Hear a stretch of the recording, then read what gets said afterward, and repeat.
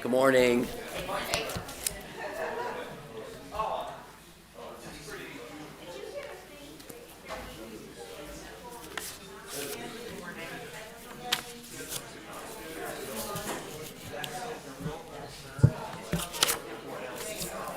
How things going at your new digs?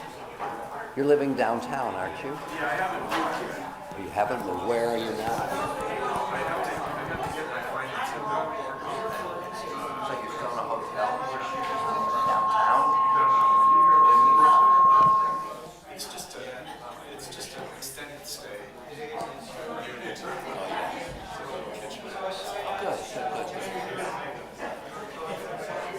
It was hoping for right before the holiday. Yeah. These things take longer than we want. Yeah.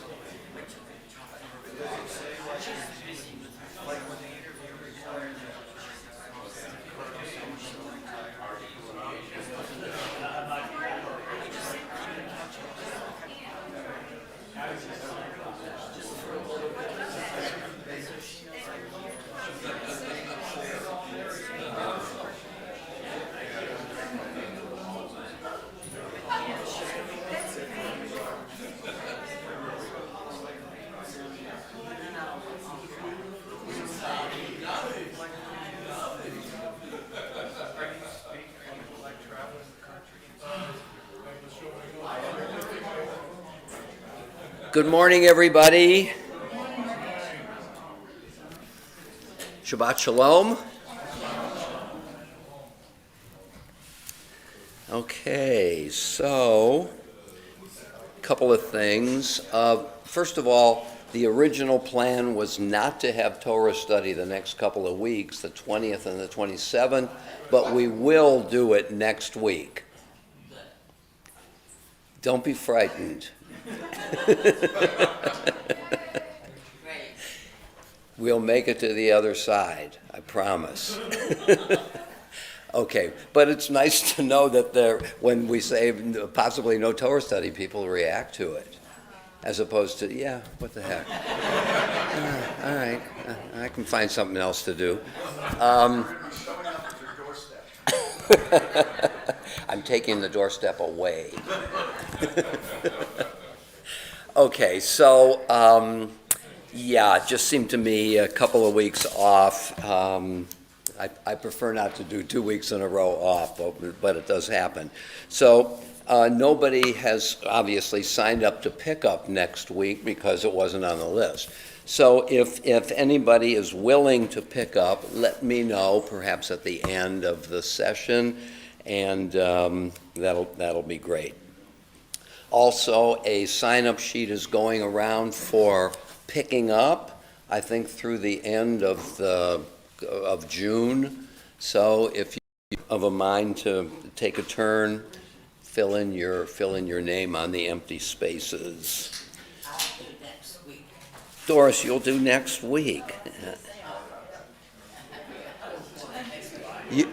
You guys powwow about who? Okay. So Doris okay, very good. Excellent. I'm sorry? For next week, the 20th. And then we won't have Torah study. I hate to say it again, but no Torah study on the 27th. Yeah, I know. Life is hard. So, okay. Seems to me there was something else I wanted to say, but I don't know what it is. Okay, blessing for study of Torah. Baruch atah Adonai Eloheinu melech haolam asher kidshanu b'mitzvotav v'tzivanu la'asok b'divrei Torah. We praise you, Lord our God, sovereign in the universe, who sanctifies us through God's commandments, enjoining upon us the obligation to immerse ourselves in words of Torah. Amen. Okay. Welcome to live streamers. That's what I forgot to say.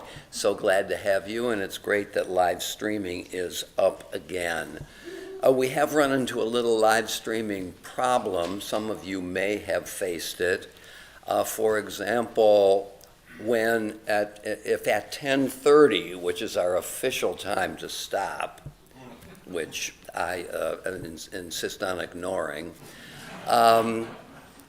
if there's something else going on, like a bar bat mitzvah, the live stream turns to that and does not finish what we're doing. And that happened yesterday as well for a funeral. I wrote to Jen about it. Jen is the master of all things here at the temple. If the rabbis were to call in sick all at once, things would go on. If Jen decides not to show up, then we're in trouble. You know how great she is. And she wrote back and said, this has been a problem from the beginning. They're working on it. This is kind of in the infancy of this technology. We'll look back in 30 years and recognize that. So if, for example, live streamers, if we get to 10:30 and there's another ceremony going to be live streamed, they may be cut off. Okay, very good. So we're now going to rush to our Torah portion of the week, and that is Vayeshev, chapter 37 of the book of Genesis. There are 50 chapters in the book of Genesis, so the story of Joseph and his brothers is a full 25% of the story. Jacob is introduced in chapter 25, which means that Jacob either is an actor for the last 25 chapters or hovers over the narrative, so that Jacob is really the most prominent of individuals in the Torah. It's a quantitative point, not a qualitative one. You could argue that somebody else is more important, but at least quantitatively, Jacob is central, maybe the central figure. And the story of Joseph and his brothers is the longest narrative in the book of Genesis. And aside from the story of King David, I think the longest narrative in the Bible. So that's this story of Joseph and his brothers is absolutely fundamental. And what we have here is the story of sibling rivalry, and all of its problems and repercussions. And to me, one of the central issues here is, why does the Torah spend so much time on this story? Or to say it more concretely, what is at stake in the issue of siblings getting along or not getting along? I think it's fairly obvious that this is one of, if not the master story of the book of Genesis. And what I'd like to do in order to lead up to the story of Joseph and his brothers, and to review various episodes in the book of Genesis that deal with this issue. I've counted 6 of them. So I'm going to tell you what they are, and then we're going to go and just take a look at each one.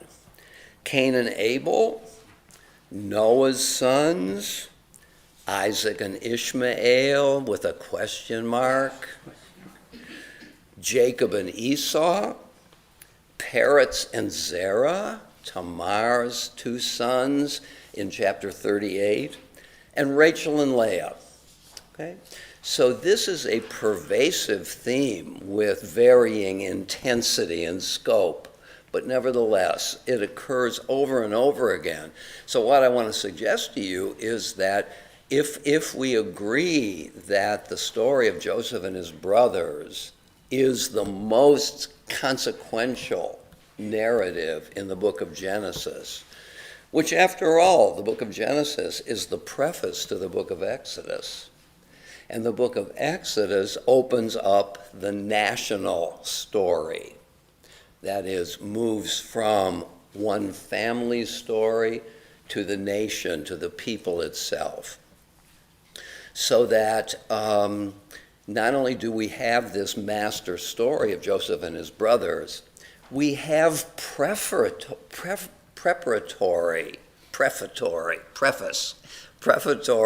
stories which anticipate this story. One could say in a literary sense that one of the motifs that's on the mind of the author or the editor always is the story of sibling rivalry, which in small parts anticipates, leads to the story of Joseph and his brothers. You see, I'm building a big case here, and we'll see whether or not it holds water, that this is the main story here.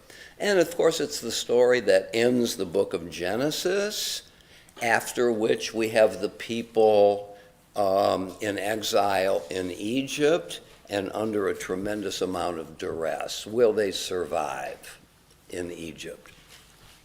So, let's turn first to Genesis chapter 4. Verse 8, Cain and Abel.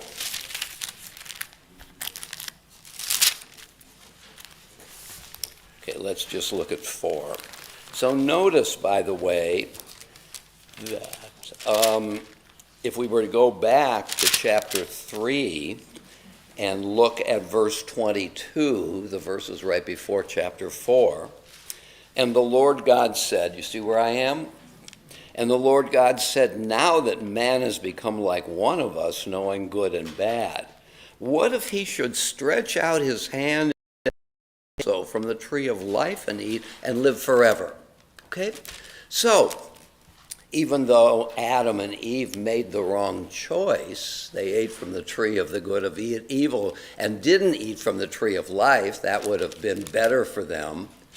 Nevertheless, though they're being banished, the reason for their being banished is they still have the option of eating from the tree of life. And lest they do so, will banish them from the garden. Okay? And from this I infer the following. Immortality is still possible. The Garden of Eden represents non-death. Okay? So that there is a radical disjunction between the end of chapter 3 and the beginning of chapter 4. Chapter 3 reflects the possibility of no death. And if there's the possibility of no death, the course of history is diminished in importance. Now that we leave the Garden of Eden, this, chapter 4, is the beginning of human history, of episodes in time. Okay? History begins with the story of Cain and Abel.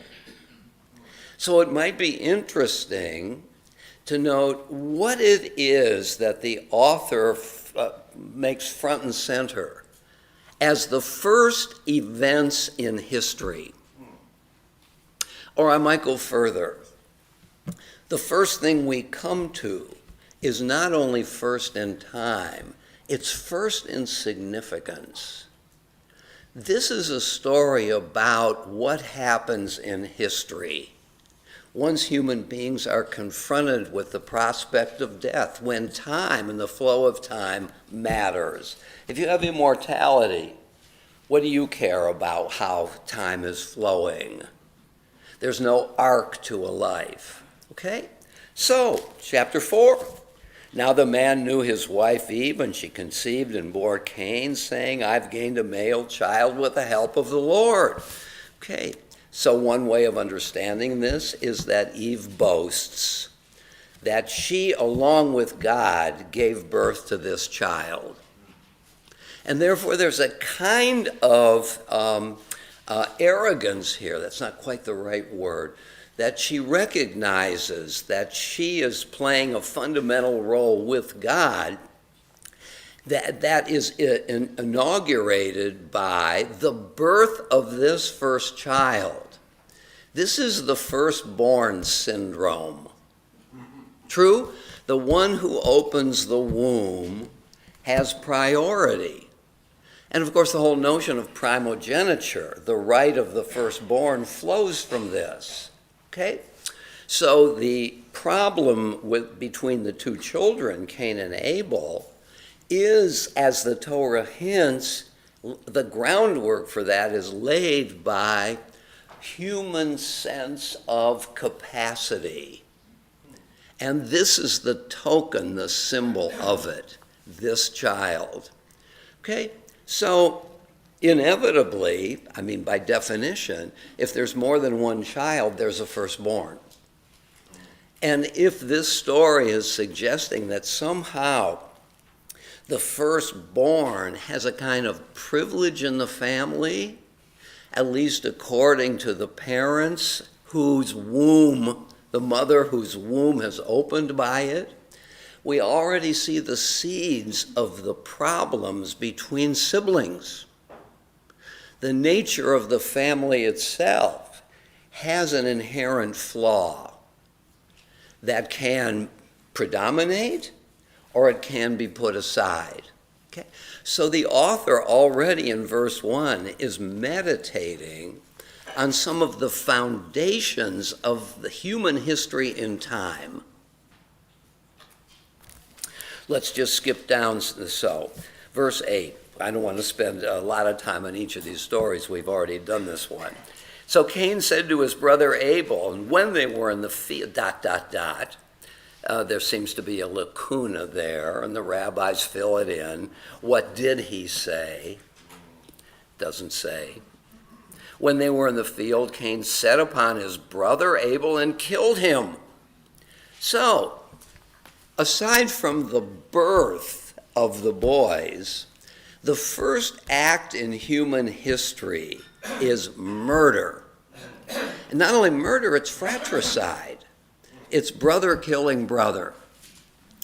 The author is not screwing around here. Am I right about this?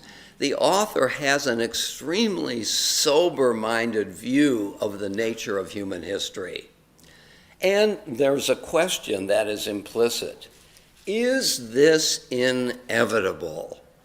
Are we all going to be at each other's throats? And that's really the agenda of the Torah, to try to respond to. Do we have a way out? But at least in the beginning, the author has no Shangri-La view of the nature of history. So Cain set upon his brother Abel and killed him. And the Lord said to Cain, "Where's your brother Abel?" And he said, "I don't know. Am I my brother's keeper?"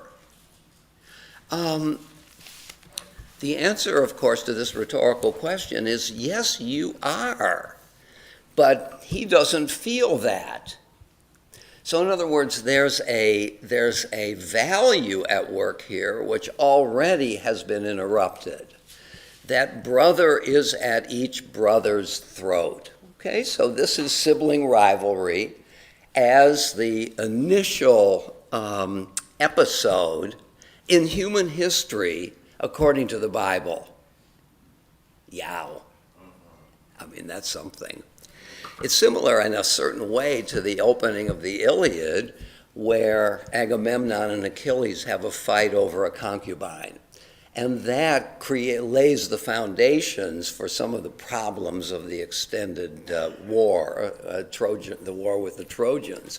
So Homer as well is cynical, or at least aware of the problems that beset human beings in their attempt to work together. You are your brother's keeper. That should be obvious. You came from the same womb. You're in the same family. But it's a problem. Let's turn now to Noah, chapter 9.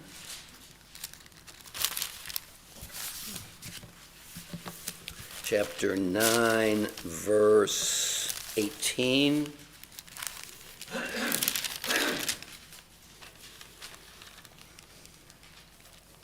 The sons of Noah who came out of the ark were Shem, Ham, and Japheth. Okay, so all that time in the ark, now they're out. Ham being the father of Canaan. These three were the sons of Noah, and from these the whole world branched out. It's another new beginning. Okay? It's parallel to the story of Cain and Abel. Noah, the tiller of the soil, was the first to plant a vineyard. He drank of the wine and became drunk. It's not his fault. He had no idea what the grape can do to a person who imbibes its juice. Okay, so this is not Noah's moral culpability, and he uncovered himself within his tent. Ham, in Hebrew, father of Canaan, saw his father's nakedness and told his two brothers outside.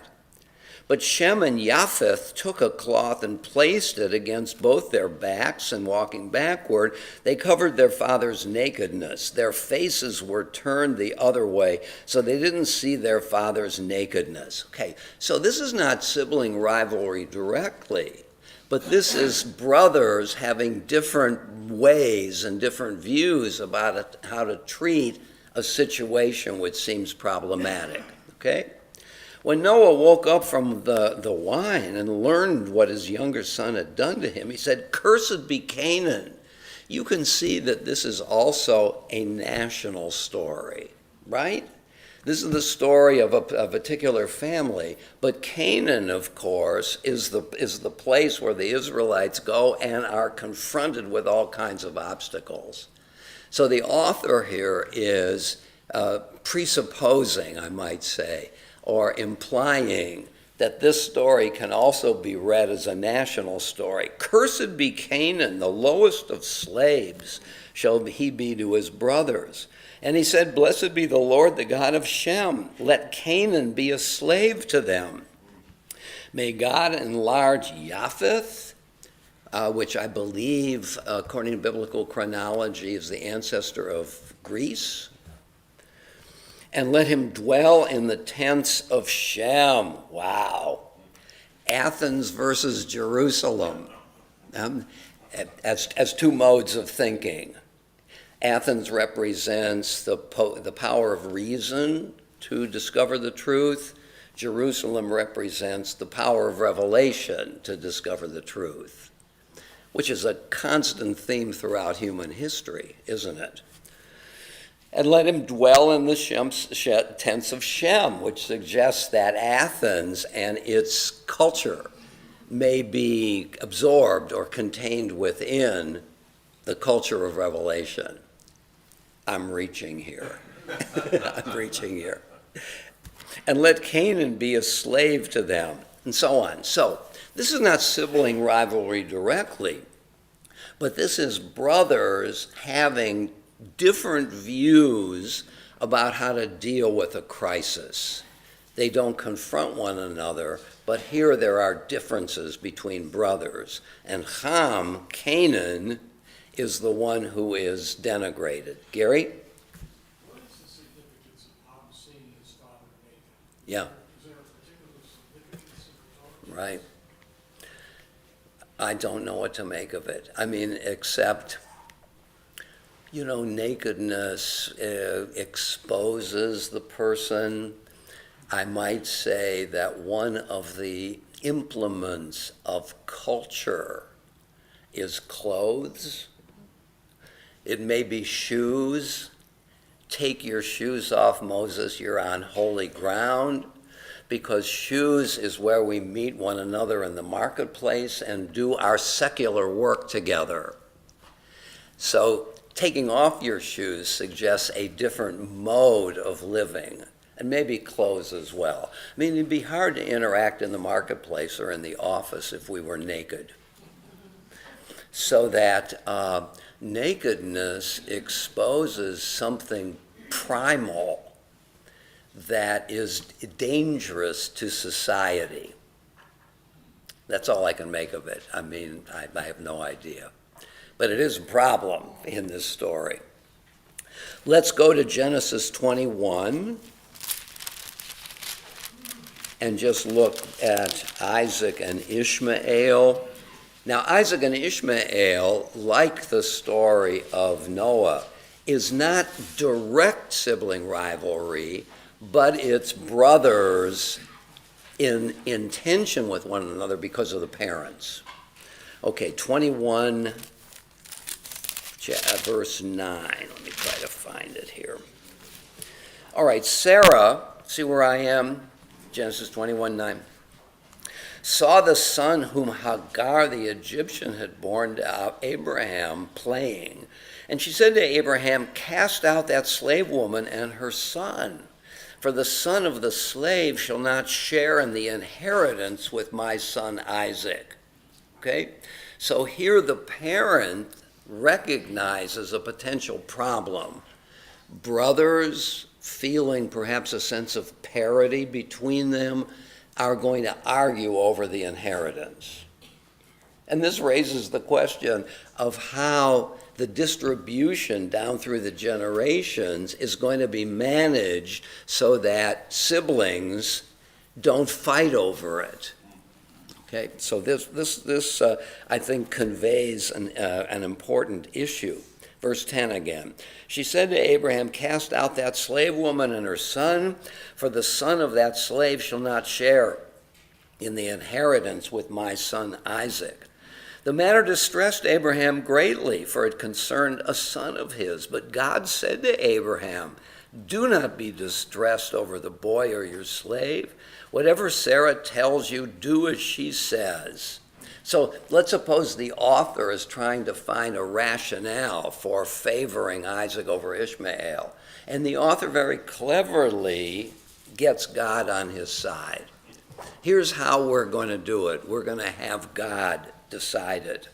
Sarah, do as she says, for it is through Isaac that offspring shall be continued for you. As for the son of that slave woman, I will make a nation of him too, for he is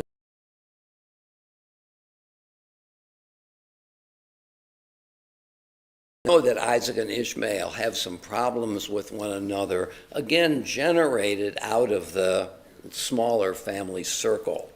Let's go to Genesis 25. This is the story of Jacob and Esau, and we spent a good amount of time on that. This story is elaborated the way no story has been yet, but let's just take a look at it quickly again. Verse 19 of chapter 25. This is the story of Isaac, the son of Abraham. Abraham begot Isaac. Isaac was 40 years old when he took to wife Rebekah, daughter of Bethuel, the Aramean of Padan Aram, sister of Laban the Aramean. Isaac pleaded with the Lord on behalf of his wife because she was barren. And the Lord responded to his plea, and his wife Rebekah conceived. But the children struggled in her womb, already siblings struggling. And she said, "If so, why do I exist?" And she went to inquire of the Lord, and the Lord said to her, "Two nations are in your womb." Once again, a story, a narrative about individuals also has national repercussions, right? Two nations are in your womb. Wouldn't she have been surprised to hear that? These are just two guys. Two separate people shall issue from your body. One people shall be mightier than the other, and the older shall serve the younger. And we noticed an ambiguity there. It's not necessary to translate it, the older shall serve the younger, but the older shall the younger serve. The story obviously thinks of Esau as serving Jacob and later the peoples. But here there's ambiguity. When her time to give birth was at hand, there were twins in her womb. The first one emerged red like a hairy mantle all over, so they named him Esau. Then his brother emerged, holding on to the heel of Esau. Already they're vying for primacy. So they named him Jacob. Isaac was 60 years old when they were born. And when the boys grew up, and we know the story, how it unfolds, Jacob dupes Esau, and Esau is resentful. Let's go to chapter 27, verse 30. 27:30. So this is after Jacob came to Isaac and usurped the blessing, so to speak, from Esau. No sooner had Jacob left the presence of his father Isaac, after Isaac had finished blessing Jacob, then his brother Esau came back from his hunt. He too prepared a dish and brought it to his father, and he said to his father, "Let my father sit up and eat of his son's game, so that they may give me your innermost blessing." And his father Isaac said to him, "Who are you?" And he said, "I'm your son Esau, your firstborn." Isaac was seized with very violent trembling. "Who was it then," he demanded, "that hunted game and brought it to me?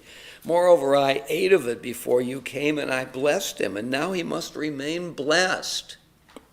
A word uttered cannot be retrieved. Ellen? Do Orthodoxy today follow that rule? Once a blessing is uttered? No, blessing the first son. I don't know. I would imagine yes. I mean, certainly in Jewish law, the firstborn has privileges, privilege of inheritance, a double portion, and so on. But I don't know enough to know exactly what the ramifications are. Verse 34, when Esau heard his father's words, he burst into wild and bitter sobbing and said to his father, "Bless me too, Father." By the way, doesn't the author have sympathy throughout this story for Esau? Yeah. But he answered, "Your brother came with guile, took away your blessing." And Esau said, "Was he then named Jacob that he might supplant me these 2 times? For he took away my birthright, and now he has taken away my blessing." And he added, "Have you not reserved a blessing for me?" And Isaac answered, saying to Esau, "But I've made him master over you. I've given him all his brothers for servants, and sustained him with grain and wine. What then can I still do for you, my son?" And Esau said to his father, "Have you but one blessing, Father? Bless me too."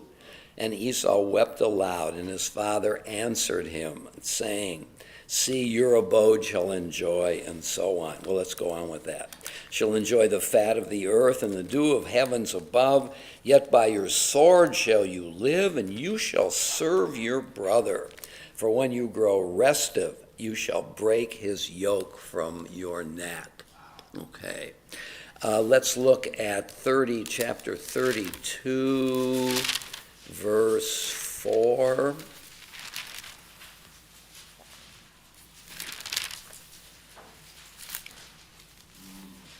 Jacob sent messengers ahead to his brother Esau. This is after Jacob was with Laban for 20 years. Now he's coming back, and he hears that Esau is coming toward him. And of course, he's terrified, because in these years, nothing has happened to allay the concern. Jacob sent messengers ahead to his brother Esau in the land of Seir, the country of Edom, and instructed them, "Thus you shall say to my lord Esau, says your servant Jacob," right? Your servant. So he's presenting himself as somebody who's ready to serve Esau and not now playing his master. "I've stayed with Laban and remained until now. I have acquired cattle, sheep, asses, male and female. I send a message to my lord." And the messengers returned to Jacob, saying, "We came to your brother Esau. He himself is coming to meet you, and there are 400 men with him." Jacob was greatly frightened. In his anxiety, he divided the people with him, and the flocks and the herds and camels in 2 camps, thinking, if Esau comes to one camp and attacks it, the other camp may yet escape. So for him, after 20 years, this rivalry is still at play. Let's turn to chapter 33. Looking up, Jacob saw Esau coming, accompanied by 400 men. He divided the children among Leah, Rachel, and the 2 maids, putting the maids and their children first, Leah and her children next, and Rachel and Joseph last. Okay. This is a foreshadowing of the story of Joseph and his brothers, isn't it? Right. In other words, the one most protected from assault is, by implication here, the favored, and that's Rachel and Joseph. He himself went on ahead and bowed low to the ground 7 times until he was near his brother. Esau ran to greet him. He embraced him. Falling on his neck, he kissed him, and they wept.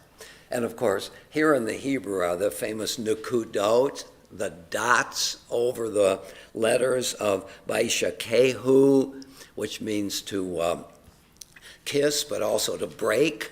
Nashak and Nashach. So the editor is signaling that he would like us to also read this another way. The plain meaning is he kissed him.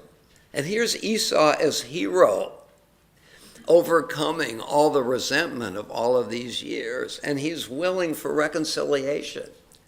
Since Esau, Edom, come to mean Rome, and Rome for the editors is the great evil empire, the editor can't countenance the idea that Rome's ancestor is so forgiving, so gracious. Puts the dots over it. So the dots are midrash. You're not allowed to change the text. I mean, if I'm one of the editors and we're sitting in a room and working on this chapter with a few other guys, I think I say to them, who would know? And the others would say to me, "Get out of here, Rabbi." Yeah, we can do something about this. We can't change the word, but we can put some dots over it to indicate to the reader something is amiss here. We would like you to infer something else. Scott? I have a question sort of related to that, but I have to back you up to 28 again. Verse 28. Not 28. I think it was chapter 27. Yeah, 27, verse 39. Oh, wait a minute here. 27:39. I have a question about the translation. Where it says, Isaac says to him, "See, your abode shall enjoy the fat of the earth." If you look at the footnote at the bottom, Where were you? Chapter 27:39. Okay, I see what you're saying. Oh, I see what you're saying. So he says, Uh-huh. All right, let's look at the Hebrew here. From the fat of the, I see, okay. See, of, the mem can mean of or from. You shall enjoy the fat of the earth, but be away from. So that mem, mishmaneh haaretz, can be of or from. So there are two different possible translations. Are they opposite in meaning? Well, let's see here. Your abode shall enjoy the fat of the earth, or you shall be away from the fat of the earth. They're opposite meanings, aren't they? One is you shall, and It might mean, unless it means you're above that, you won't have to toil to do that, someone will provide it for you or something, I don't know. somebody will provide it for you.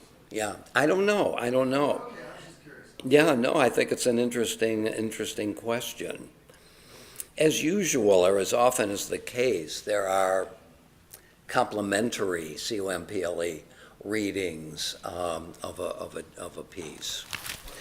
Okay, all right. So, what's interesting here is we have the prolongation of this sibling rivalry in the minds of at least Jacob, whereas Esau has found a way to reconcile himself to it. In a way, Esau becomes a great hero of this story, ironically, because the line of promise goes through Jacob. Here the author is extremely coy, don't you think? That the author is slipping in, I might call it, elements of a counter-narrative. You know, that's one of my favorite ideas. While the main narrative is proceeding. And because Hebrew is so laconic, so sparse in elaboration, different interpretations are possible. So the author does, and we can see it here throughout the story, have a kind of sympathy for Esau. Let's move to chapter 38. This is beyond the chapter 37 where we're starting, but I want to point out another sibling rivalry. Hold on a minute, Lou. Chapter 38, verse 27. So this is the story of Judah and Tamar. You remember Judah goes down, he leaves his brothers, and he has this episode with Tamar. The first two sons that he gives to Tamar die. He's worried about it, doesn't want to give the third son to Tamar, but she is determined to have a child.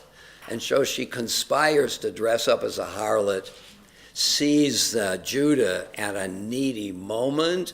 He has intercourse with her, and then when it becomes clear that she is bearing his child, he tries to have her put away or killed. She reveals the culprit and so on. So Tamar is a very big hero here because unlike Judah, she wants the line to continue. And the irony, she's a Canaanite who is committed through the marriage of Judah's child to this family. So now she's pregnant. Verse 27. When the time came for her to give birth, there were twins in her womb. While she was in labor, one of them put out his hand, and the midwife tied a crimson thread on that hand to signify this one came out first. But just then he drew back his hand, and out came his brother. And she said, "What a breach you have made for yourself." So he was named Peretz. Afterward, his brother came out, on whose hand was the crimson thread. He was named Zerach. So the first child is second, just the way Jacob and Esau are. So that here, there's a replication of the episode of the two children in Rachel's womb again. Another rivalry for preeminence, right? That's I think what this story implies. Let's just look quickly at the Rachel and Leah story, chapter 29. Here I think the rivalry is not direct, but indirect. Indirect in the sense that it's about priority in terms of Jacob, but they're not, I don't think they're fighting directly the way several of these stories have it. Chapter 29, verse 15. When he stayed with him a month's time, Laban said to Jacob, "Just because you're a kinsman, shall you serve me for nothing? Tell me, what are your wages?" Now Laban had 2 daughters. The name of the older one was Leah, and the name of the younger one was Rachel. Here again is another story that is resisting the idea of primogeniture. Born is not automatically the family's leader. Because, I mean, it's clear, the firstborn in families may not be up to the task of leading the family or inheriting the wealth and to use it in a good way. In other words, we can't infer, what's the way to say this? We can't infer, I want to say maybe something like value. We can't infer value from nature's dictates. What nature presents is not necessarily for the benefit of culture. That is, the firstborn is nature's priority. The first leads. But clearly, if Esau were to lead, that is, if one were to take nature's dictates as normative, the whole enterprise would never have gotten underway, because Esau is all about filling his belly. So that the issue of primogeniture here is I think, the assault against what may seem to be a powerful decision procedure. By this I mean, if we were to create civilization anew and ask ourselves, how are we going to try to avoid rivalries in families? Here's how we'll do it. Who comes first from the womb is the leader. What nature dictates is the way culture and society should operate. That would solve a lot of problems, wouldn't it? But wouldn't it? But the culture and society would suffer, because the firstborn isn't always the one who wants to or is able to manage the affairs of whatever. So there's an assault on primogeniture here also in the book of Genesis, isn't there? That society needs to take control of its own well-being and not leave it to something clearer. That's the problem. Who's the firstborn is very clear. And if you want clarity, do it that way. But clarity isn't always the best thing for society. So where the heck are we? Verse 15. All right, so now verse 16. Laban had 2 daughters. The name of the older one was Leah, the name of the younger Rachel.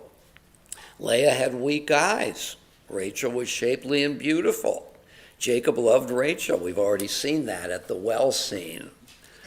So he answered, "I'll serve you 7 years for your younger daughter Rachel." And Laban said, "Better that I give her to you than that I give her to an outsider. Stay with me." So Jacob served 7 years for Rachel.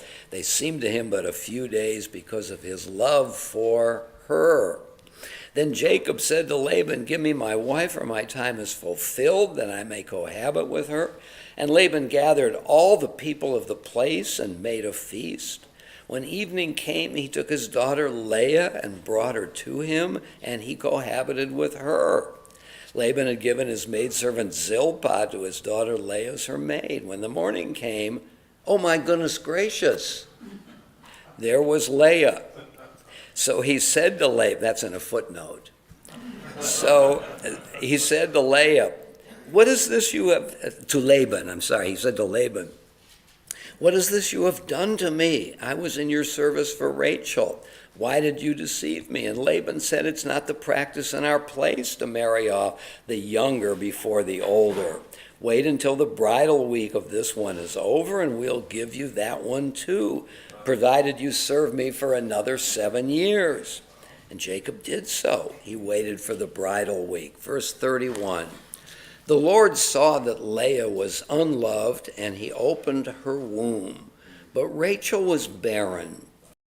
Leah conceived and bore a son, named him Reuben, Reuven, from Ra'uf to see, Lirot, Reuven. For she said it means the Lord has seen my affliction.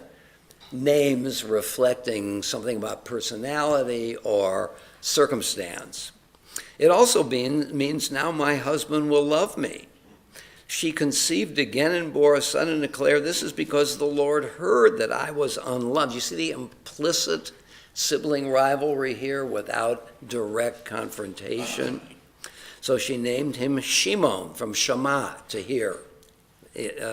And again she conceived and bore a son and declared, this time my husband will be attached to me, for I've borne him 3 sons. Therefore he was named Levi, from the Levayah, to accompany. She conceived again and bore a son and declared, this time I will praise Yehudah, the Lord. Therefore she named him Judah, and then she stopped bearing. Chapter 30, verse 14. Once at the time of the wheat harvest, Reuben came upon some mandrakes in the field and brought them to his mother Leah. Rachel said to Leah, please give me some of your son's mandrakes. But she said to her, was it not enough for you to take away my husband, that you would also take my son's mandrakes? Promise he shall lie with you tonight in return for his mandrakes, and so on. So here the rivalry comes out into the open. Okay, so what we've quickly rushed through is to show that this motif of siblings, either directly or indirectly, in confrontation and conflict, is a pervasive theme throughout the book of Genesis. Cindy? If God created nature, correct? Yeah. So when man goes against this by reversing the fortunes of the firstborn or the latter-born, isn't that to conflict with God's plan? And in fact, God's plan is what we see in nature. So you remember the Greek myth of Prometheus, who steals fire from the gods and thus creates human culture and is punished, right? He's strapped to a rock, and a buzzard or an eagle or picks at his liver, and every day, and it's restored at night. So the next day the eagle comes again. So what does Prometheus do? Fire is a necessary condition for culture. And therefore, taking culture to supplant God's dictate is the major crime. I mean, think of the return of the Romantic poets, let's say, to nature, as opposed to, the values of the Enlightenment. Reason and science and autonomy, that we can take charge with our own resources, our destiny. And the Romantic movement, I think, felt that this was going much too far and that we needed to return to nature. So there's always, I think, through human history, this conflict. And here again, no, it's the Prometheus theme, it's the hubris theme in a way, but what's the alternative? If we live in a state of nature, Rousseau says that the state of nature is the idyllic environment, whereas Freud says, no, the state of nature is filled with corruption. Right? So he disabuses this romantic understanding of the dictates of nature. It's a struggle. It really is a struggle. Yeah. Lou? Doesn't the meeting of Esau and Jacob and kind of blows this birth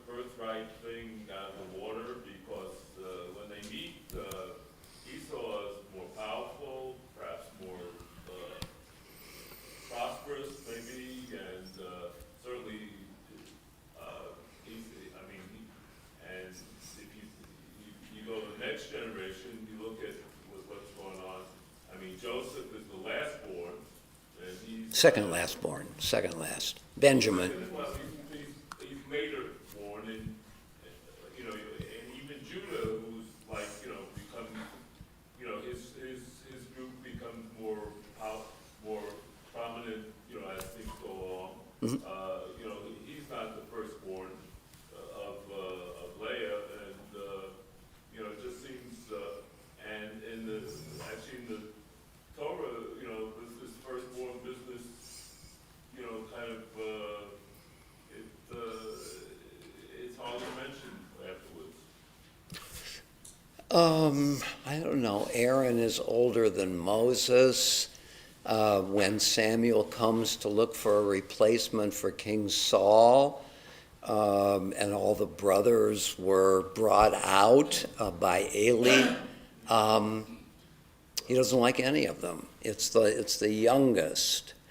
So, one could say that there are two modes here. I don't know what to say about more than that. Two modes. One is the dictates of society, I might say natural human beings, where physical power is a very, very important attribute. And Esau has it because he has all of this material wealth. But don't you remember, God says at certain points of these rivalries, but the blessing goes to Jacob.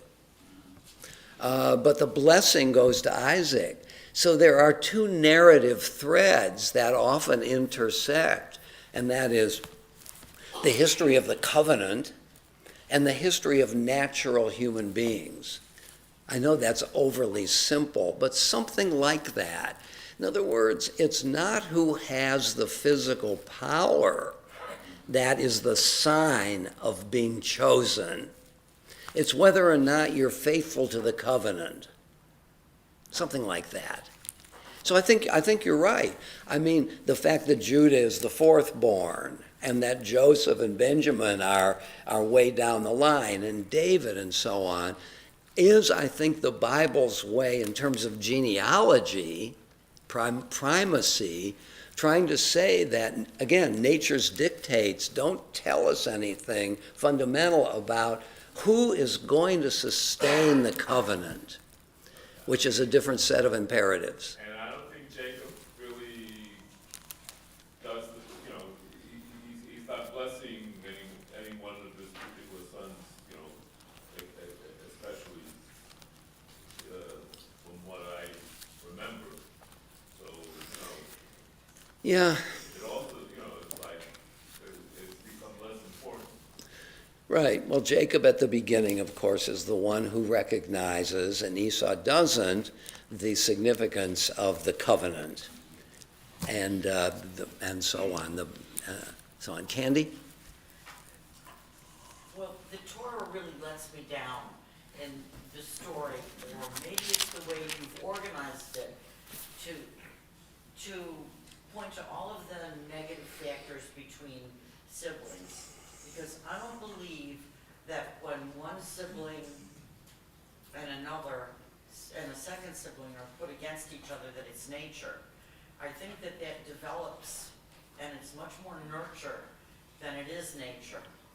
And I would like to see if we could make an argument for siblings that get along with each other.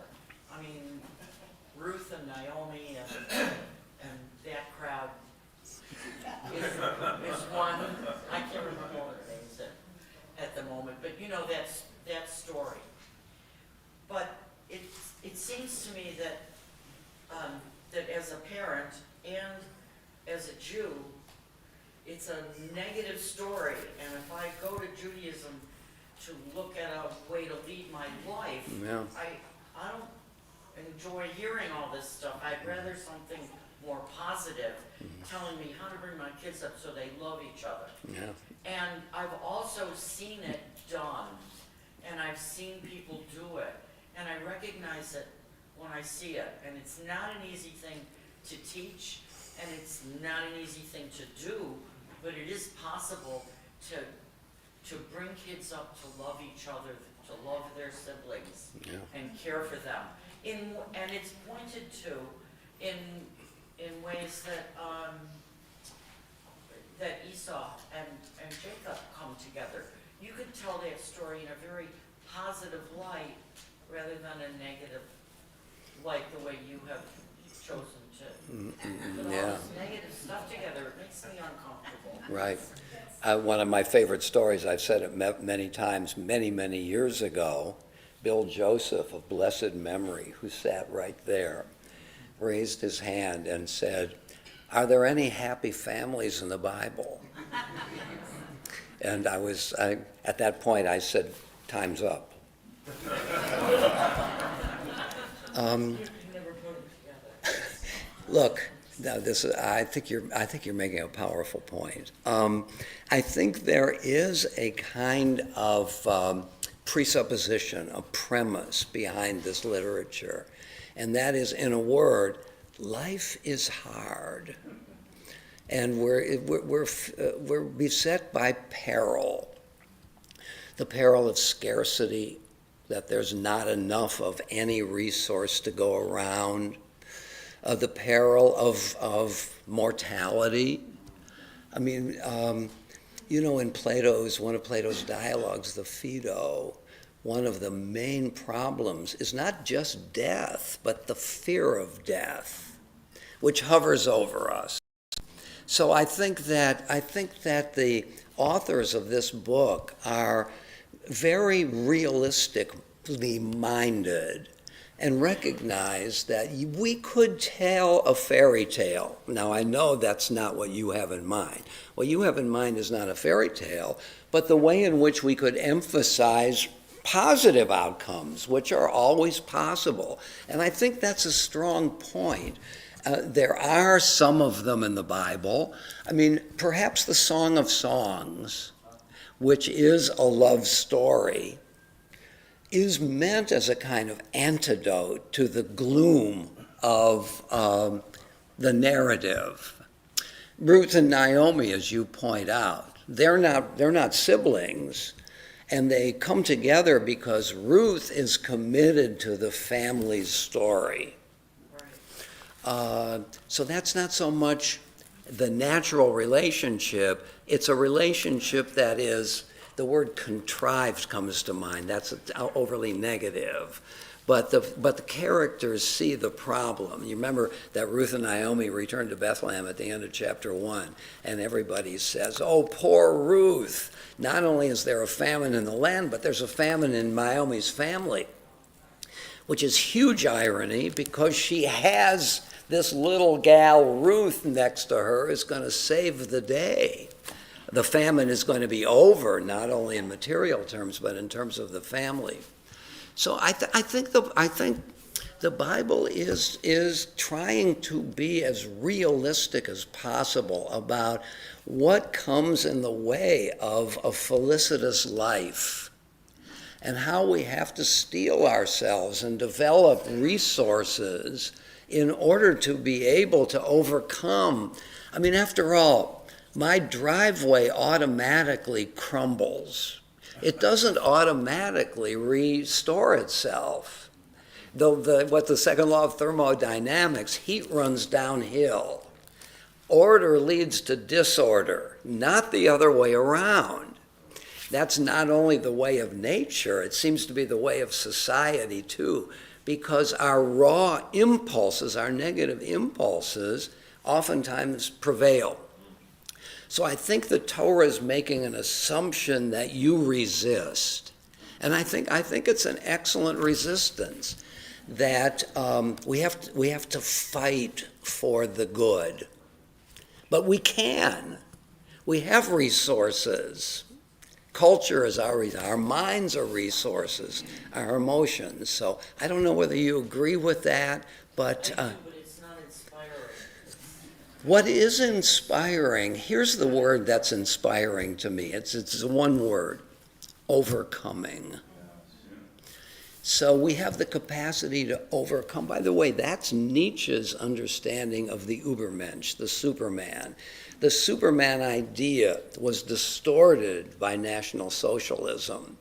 For Nietzsche, the overman, the Ubermensch, is the one who can overcome himself or herself, our weakest, most destructive urges. And he thinks of Goethe, he thinks of Beethoven, for example, as Übermenschen. I mean, Beethoven, who overcame, he has this, the decay of his hearing, and he writes remember that, the Heiligenstadt Testament to his brothers, I'm despairing, maybe I'll end my life. This was in the year 1800. He's only 30 years old and hasn't written the Eroica Symphony yet. So, overcoming is the challenge, and we have the resources to do it. And I think that goes right back to the very beginning, the first story of history, the Cain and Abel, where God says to Cain, sin couches at the door, urges towards you, yet you can be its master. You have the ability to choose. I like it. And it's a really important, And it doesn't choose it, but anyway. but it's an important, not only is it an important story, its location is important, right? This is the first story out of the Garden of Eden. The first episode is murder, but also one of the first things that, by implication, humanity can overcome these things. One of the ways the Torah suggests we can overcome it, but it's not happening yet, is the giving of the Torah, which is a blueprint for overcoming.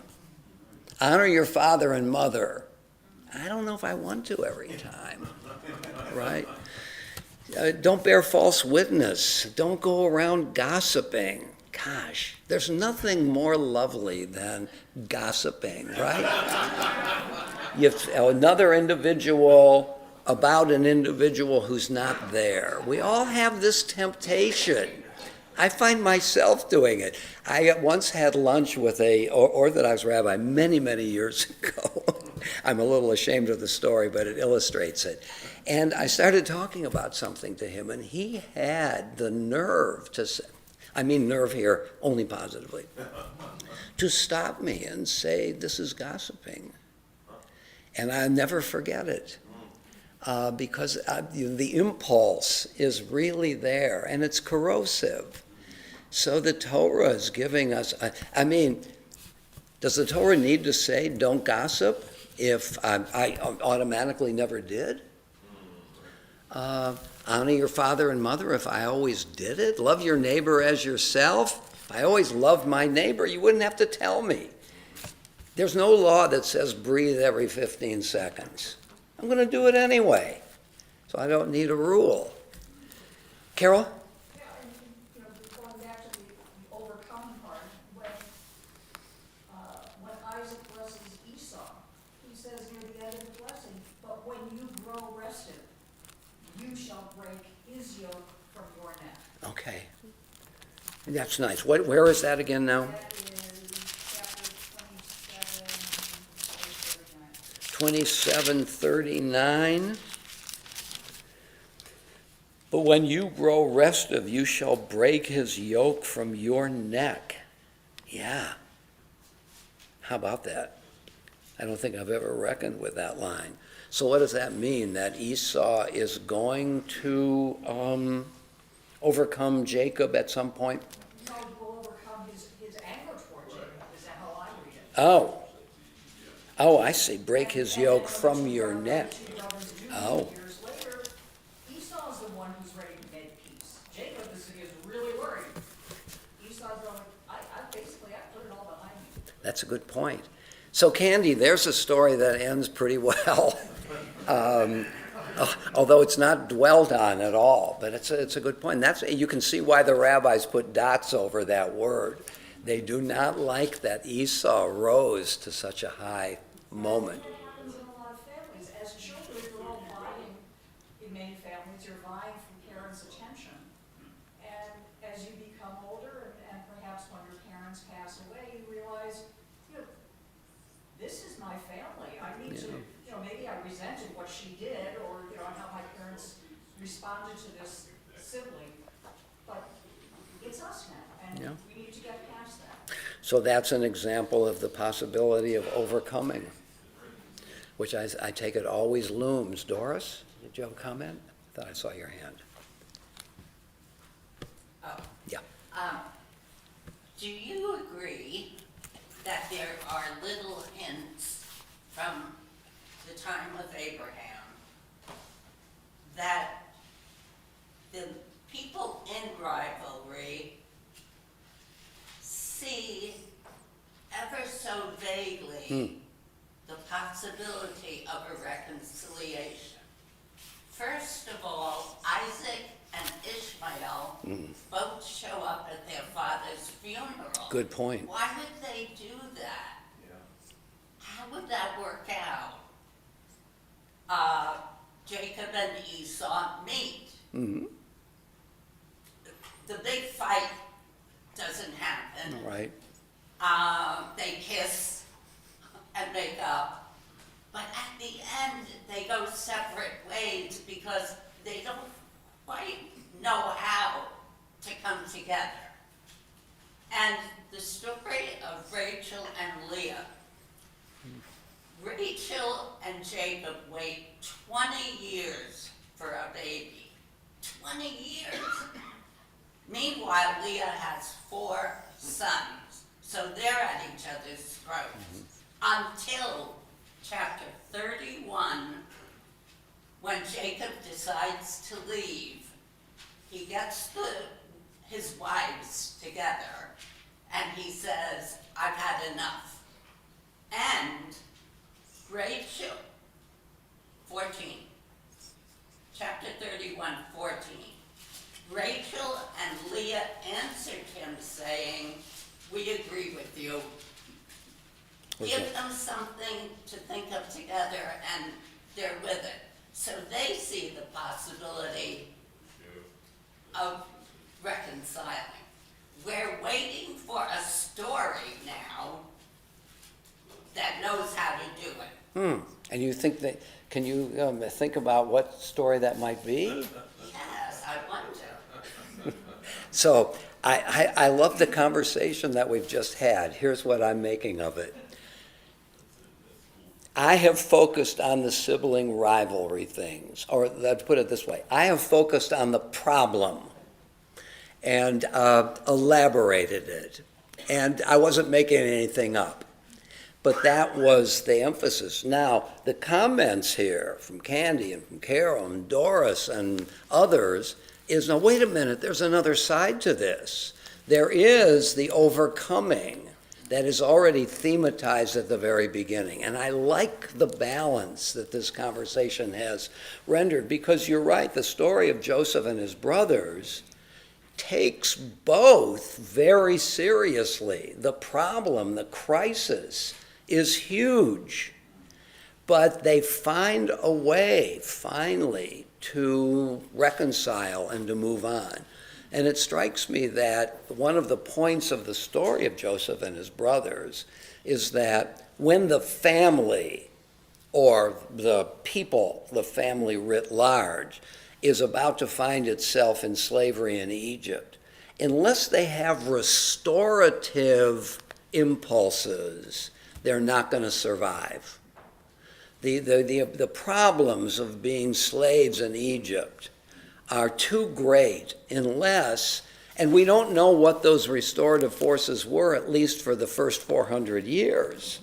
The rabbis wonder about this. How were they able to sustain their identity in a half a millennium of slavery? The Torah is totally silent about it. All of a sudden, we're at the end of the period.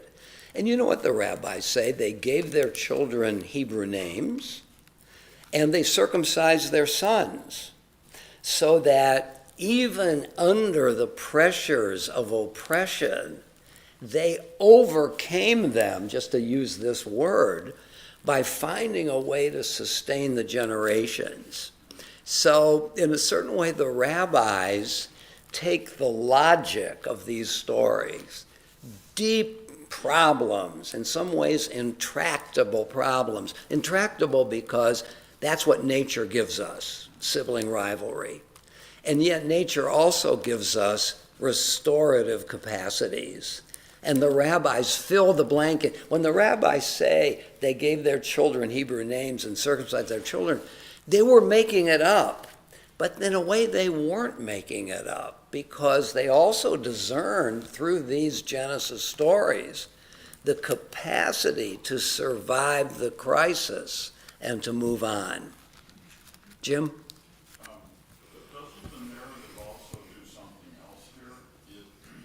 It emphasizes and subtly pushes the patriarch system.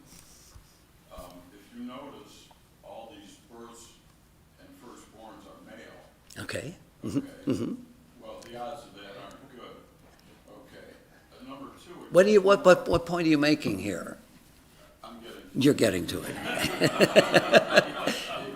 It gets more and more involved because the rivalries, as you get to Joseph and his brothers, it subtly implies that these are brothers like the other people were brothers. They're not. They all have different mothers.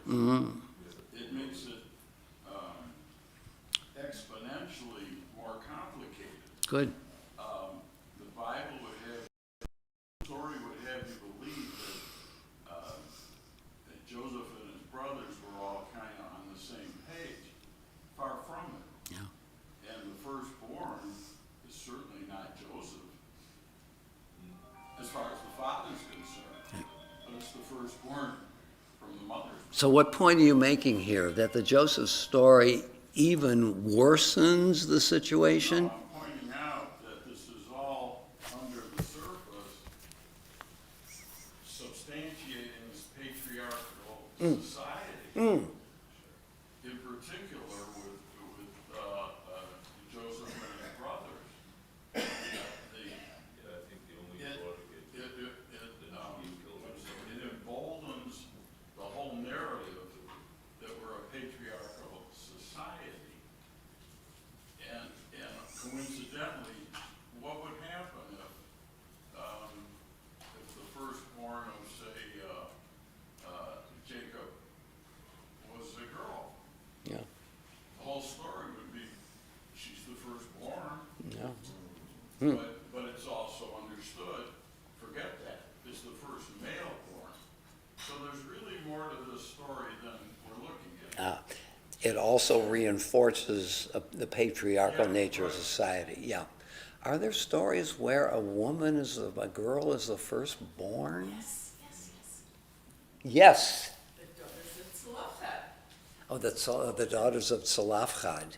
Yeah, at the end of what? We don't know their history, but they do seem to get along. Well, that's a good point. And also, they resist and finally overcome the patriarchy. Because you remember, they don't inherit from their fathers, and they go to Moses. Said, there's a little hole in the system here. What happens? You didn't answer this yet. If daughters survive and there are no male descendants. And Moses' answer is, I never did fill that in. So he goes to God. And you know what God's response is? That's a hole in the system. And so what happens is God and Moses agree that they can rightly inherit, but more than that, it becomes a law for all time. So let me exaggerate. This is another Sinai moment away from Sinai, where law has its origin in the insights and the insistence, or let's call it overcoming, of the daughters. Very good. That's a wonderful story. Yeah. What mother gives Zelophehad the name to her son? I remember in second grade, we had to put a name and the date on our essays at the upper right-hand corner. I mean, Zelophehad's got to start his... Yeah, no, very good. They weren't firstborn, but oh, you think they are? Are they? They're the only children? It doesn't suggest maybe sons have died? You think they're all the only children? Okay, let's say so, right? Good, I like it, Arthur? So, a memory and a comment. So the memory is one Torah study many years ago. I guess the speaker asked everyone to share a story of their siblings. And I was shocked that every single person had a conflict to report. Conflict. And then the comment is, I think of this story, these stories of the sibling rivalry like a painter. A great painting has contrast. And the ground here that is laid is primogeniture. Yeah. And it sets it up so that we see God's finger. In other words, here's how people, whether it's natural order, the way people organize it, primogeniture is the way of the land, patriarchal, whatever. It's God's world. But God's going to stick his finger in the story. It's going to be a divine intervention. Yes. And say, the world may assume Ishmael is the guy. I'm picking Isaac. This thing about he's the one who has the blessing is God's intervention. You may think Esau gets first dibs, but God tells Rebekah, God says, I'm picking Jacob. Not necessarily, actually. Remember the ambiguity of that line. The older shall serve the younger, or the older the younger shall serve. So that it seems to me, if that ambiguity is in some way intended, it's Jacob and Esau who work this out. It's not exactly God's plan. Jacob takes charge. But I would say there's, before they're born, or maybe while Rebecca's pregnant, at some point God directs Rebecca, saying basically the covenant's going to go through Jacob. Jacob and Esau may kiss, they might get along, but we're not the children of Esau and Jacob. Yeah. We're the children of Israel. All right, we'd have to go back there. So God intervened. To me, the story, a key element of the story is God's intervention. There are ways that we do things, but the point is God will direct history. I think it's part of the story. I resist myself that idea because I like to see the people themselves taking God's world and working with it. I mean, God doesn't intercede in the Joseph story. No. I mean, I don't want that to be a QED. I don't like that comment either. I'm just reflecting on how the story. Yeah. There's this. He says that God, on many occasions, says, "My covenant will be in this direction, not that direction." Well, that is very true. But so many of these stories is the story of people struggling together. But we'd have to look at a lot of stories to see what the tendency is. Yeah. Sibling rivalry is not so black and white. Sibling rivalry. It's not black and white. Okay. It could be sibling friendship. With rivalry, Good. already you're knocking heads right off the bat. Yeah. But if not the case, anybody who has a sibling knows that one day you could be fighting tooth and nail, and the next day you could be hugging each other. Yeah. Yeah. Overcoming every day.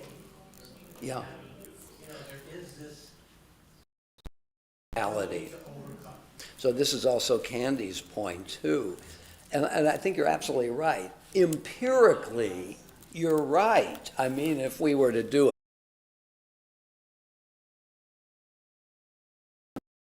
I think what the Torah is suggesting here is structurally. In other words, the very notion of overcoming suggests there's something that needs to be overcome. Now, maybe overcoming turns out not to be the right word. It's the word I like, but it's the presupposition of the whole idea of overcoming is problems.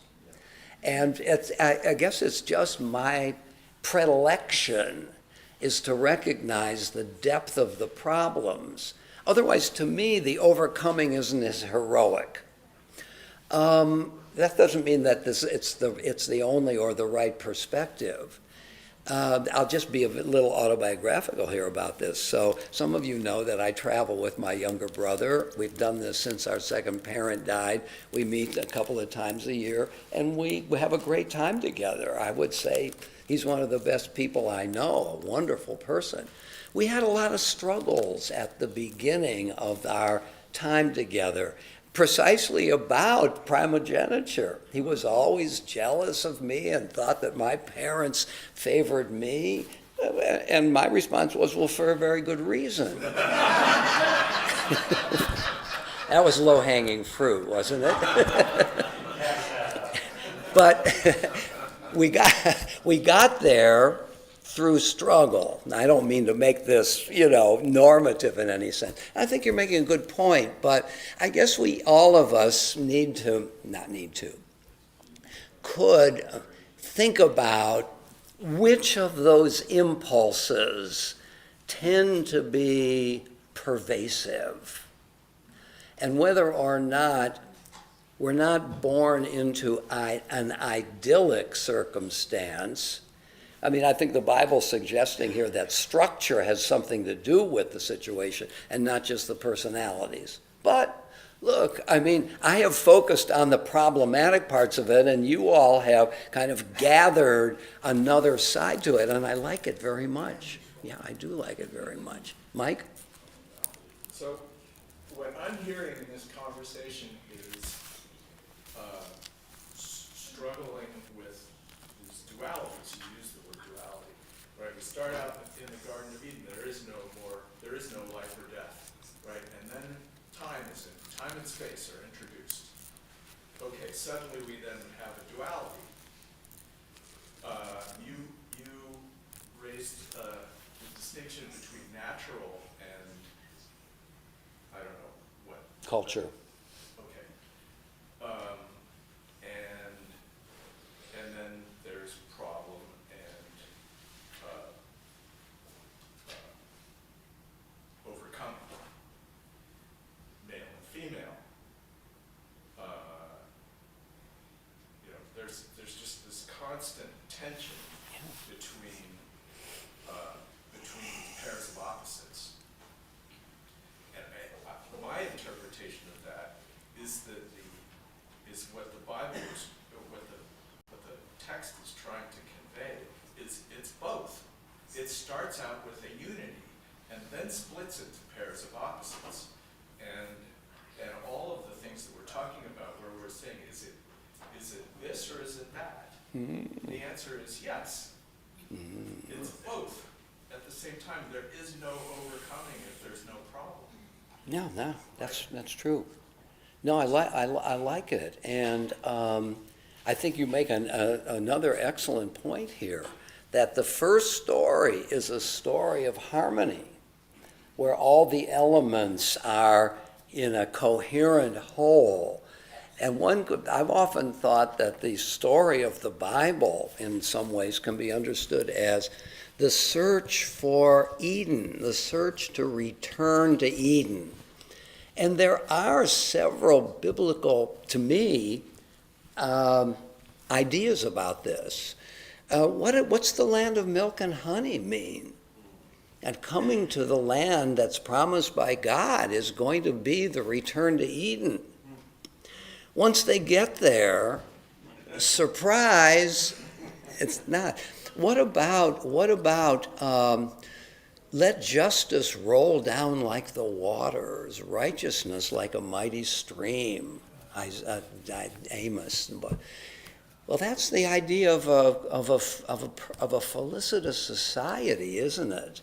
Where you think of justice with the power of water coming down off the mountain. That's another image of Eden in a way. The Bible kind of ends without a resolution to the problem. The rabbis supply one: life after death, resurrection of the body, immortality of the soul, both borrowed from other cultures. So I think Mike's point really has resonance here, because to start with unity is not only to kick the Bible off on a high note, but to suggest that fundamental unity is always possible in God's universe. And therefore, to search for it in one way or another is not foolish. If the Bible started out by saying what we want as an ideal is to build a 5-sided square, well, that's not possible. So that if the world is grounded in an impossibility, pessimism ought to be the only thing that a reasonable person arrives at. But since it doesn't, since it opens with a felicitous, totally harmonious view, the search for perfection is possible. The road is torturous, and we're still on it. By the way, what would the Bible have been? If I were writing the Bible, I would start with the 10 Commandments. You know, the most important thing of all are the 10 Commandments. Would that have been a good move? Or are if you start with the 10 Commandments, you presume that, look, this is what's possible, just do it. But the arrival of the Torah doesn't come until chapter 70 of the Bible. 50 chapters of Genesis and the 20th chapter of Exodus, because it only arrives through need and struggle, and it's not taken for granted. Steve? I think there's something that I can extend the whole idea of overcoming, and that is becoming. Becoming. In that we have characters here that start off Joseph, an arrogant, full of himself kind of person, and he, through struggles, becomes the Joseph of Egypt, and then saves his family and so on. So if we're looking for a real positive kind of thing in Genesis, the potential, we have all of these gifts that we're born with, but it's what we do with them. And just because we start off as a sneak, like Yitzhak did, we can become so much more. Wow. I like that. I was wondering when you were making that distinction, what the heck you were driving at. What you're driving at is very interesting. Overcoming suggests an environment which is there to which I ought to respond. Becoming is the development of one's inner capacity. It doesn't necessarily mean problem solution. It means potential actualization. Gosh. And we all have that. That's the takeaway. Wow. So the difference between, let's call it your story and my story. Your story of becoming, mine overcoming, just to simplify it. If the biblical author presumed your starting point, wouldn't the stories all be very different? Would they involve the extent of conflict between individuals? I'm just trying something out here. It's a very different story to come to realize one's potential than it is to face an environment of such a problematic character that, what about that? What? Well, in the most simplistic terms, you've sort of smoothed over in presenting all of these different rivalries. Yes. Many of the differences. So they themselves are different problems. And not every character that we mentioned, like Cain and Abel, we don't really know if there was a becoming of Abel. We just only see the rivalry.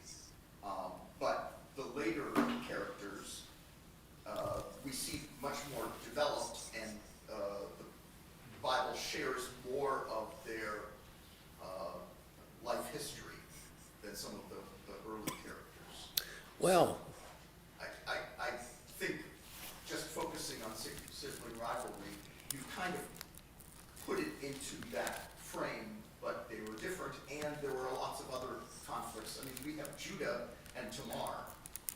Talk about a becoming. He admits his own guilt, and he realizes his error, and he asks for forgiveness. I was hoping nobody would bring that story. No, but okay, so I love it. So now we have, and I like and appreciate your point that in emphasizing a certain problem throughout the examples, I have ignored, not necessarily deliberately, other elements and differences. I've sort of paved over the differences. I like it. So we have, okay, we have a couple of models here. Let's keep them in mind. One is, it's a matter of each of them has two components. The overcoming model has me over and against environmental factors, whereas your model is between who I am potentially and who I can come to be. However, it can be outside forces, it can be reflection, and so on. I take it the Judah and Tamar is much more reflection than overcoming. So let's keep these in mind. One of them, mine is much more social political. Yours is much more biographical. Psychological. And psychological. So is this the story of the individual in society? That would be my model. Or is it the idea of individuals coming to realize their potential through episode? Okay.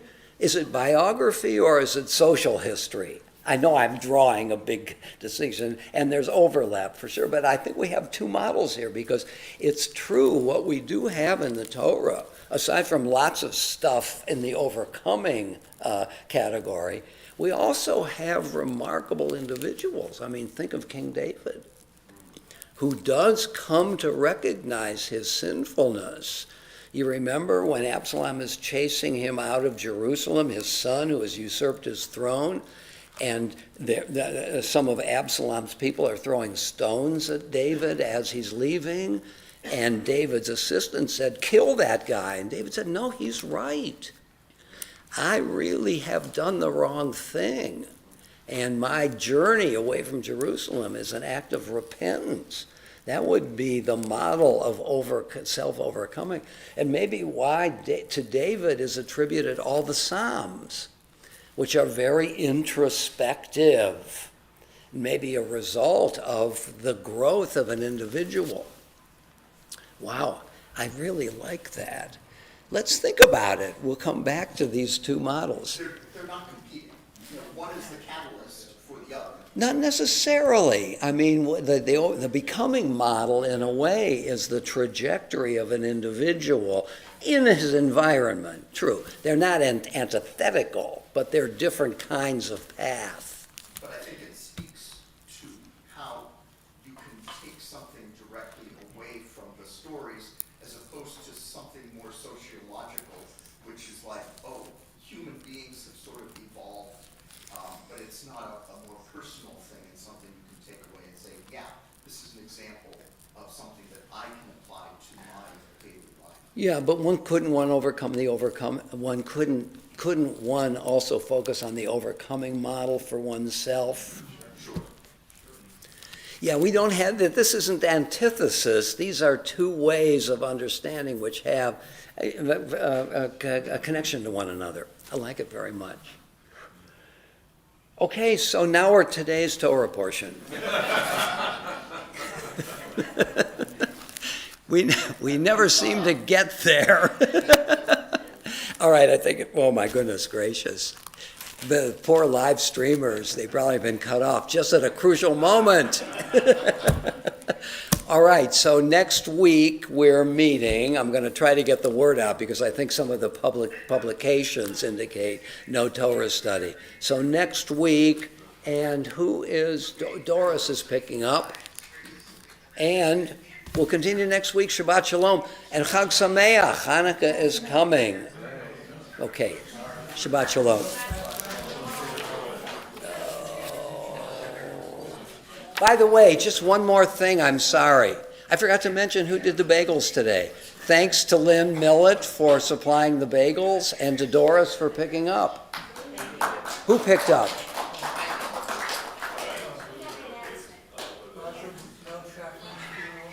Oh, Oh, and John sponsored the bagels? Both are wrong. You did pick up.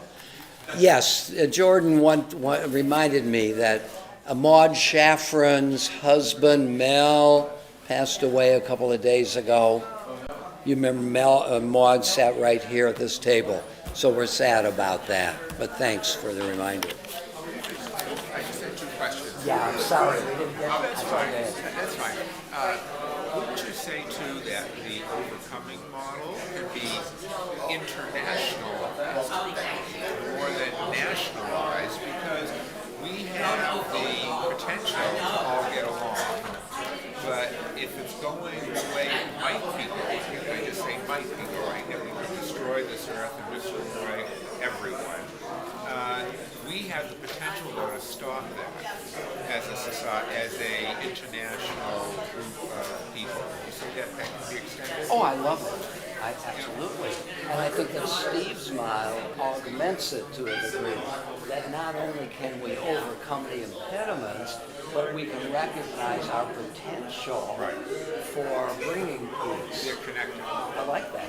So here the Bible is really telling an ongoing story of individuals in society. It's very current for today. And would you also say that type of story is how would I say it, in competition or against how the eschatology of Christians are, of how it's going to happen? They have these different stages, and then everyone is going to, and I'm not totally sure about this, but everyone's going to come to Jesus and understand, and they'll be the ones that'll be saved. Wouldn't this sort of be another way of looking at that? I've always felt, without criticism, that early Christianity had trouble sustaining the tension that the Bible never fully resolves. The Bible gives us resources, but it ends, as you may remember, with the return of the people to Jerusalem for that day. That's Cyrus says this, and Bayal, the last word of the Tanakh, and they went out. So the Bible is committed, I would say, to go somersaults into a conclusion. Whereas I think Christianity became uneasy with that and found a way, I don't mean conniving, to show that an end is possible. Repent and believe in the gospel, and good things will come. So yeah, I think that's another way, and I think that the tension the Bible creates is one of the reasons that Christianity had such, it's not exactly fair to say so, because Paul was an apostle to the Gentiles who didn't have this Bible. So.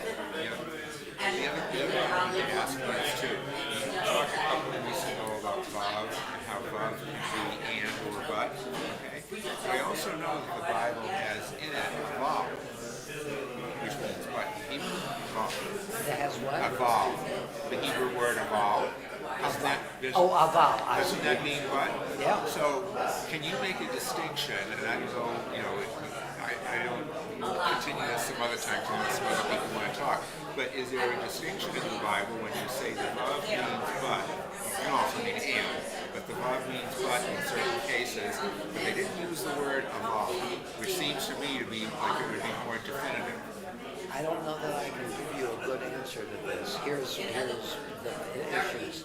Is aval a biblical word? Is it in the Bible? Well, it's funny because I didn't totally, I've heard, I do the study with the Orthodox Rabbi on Fridays, okay? I didn't have time to explore it further, but I did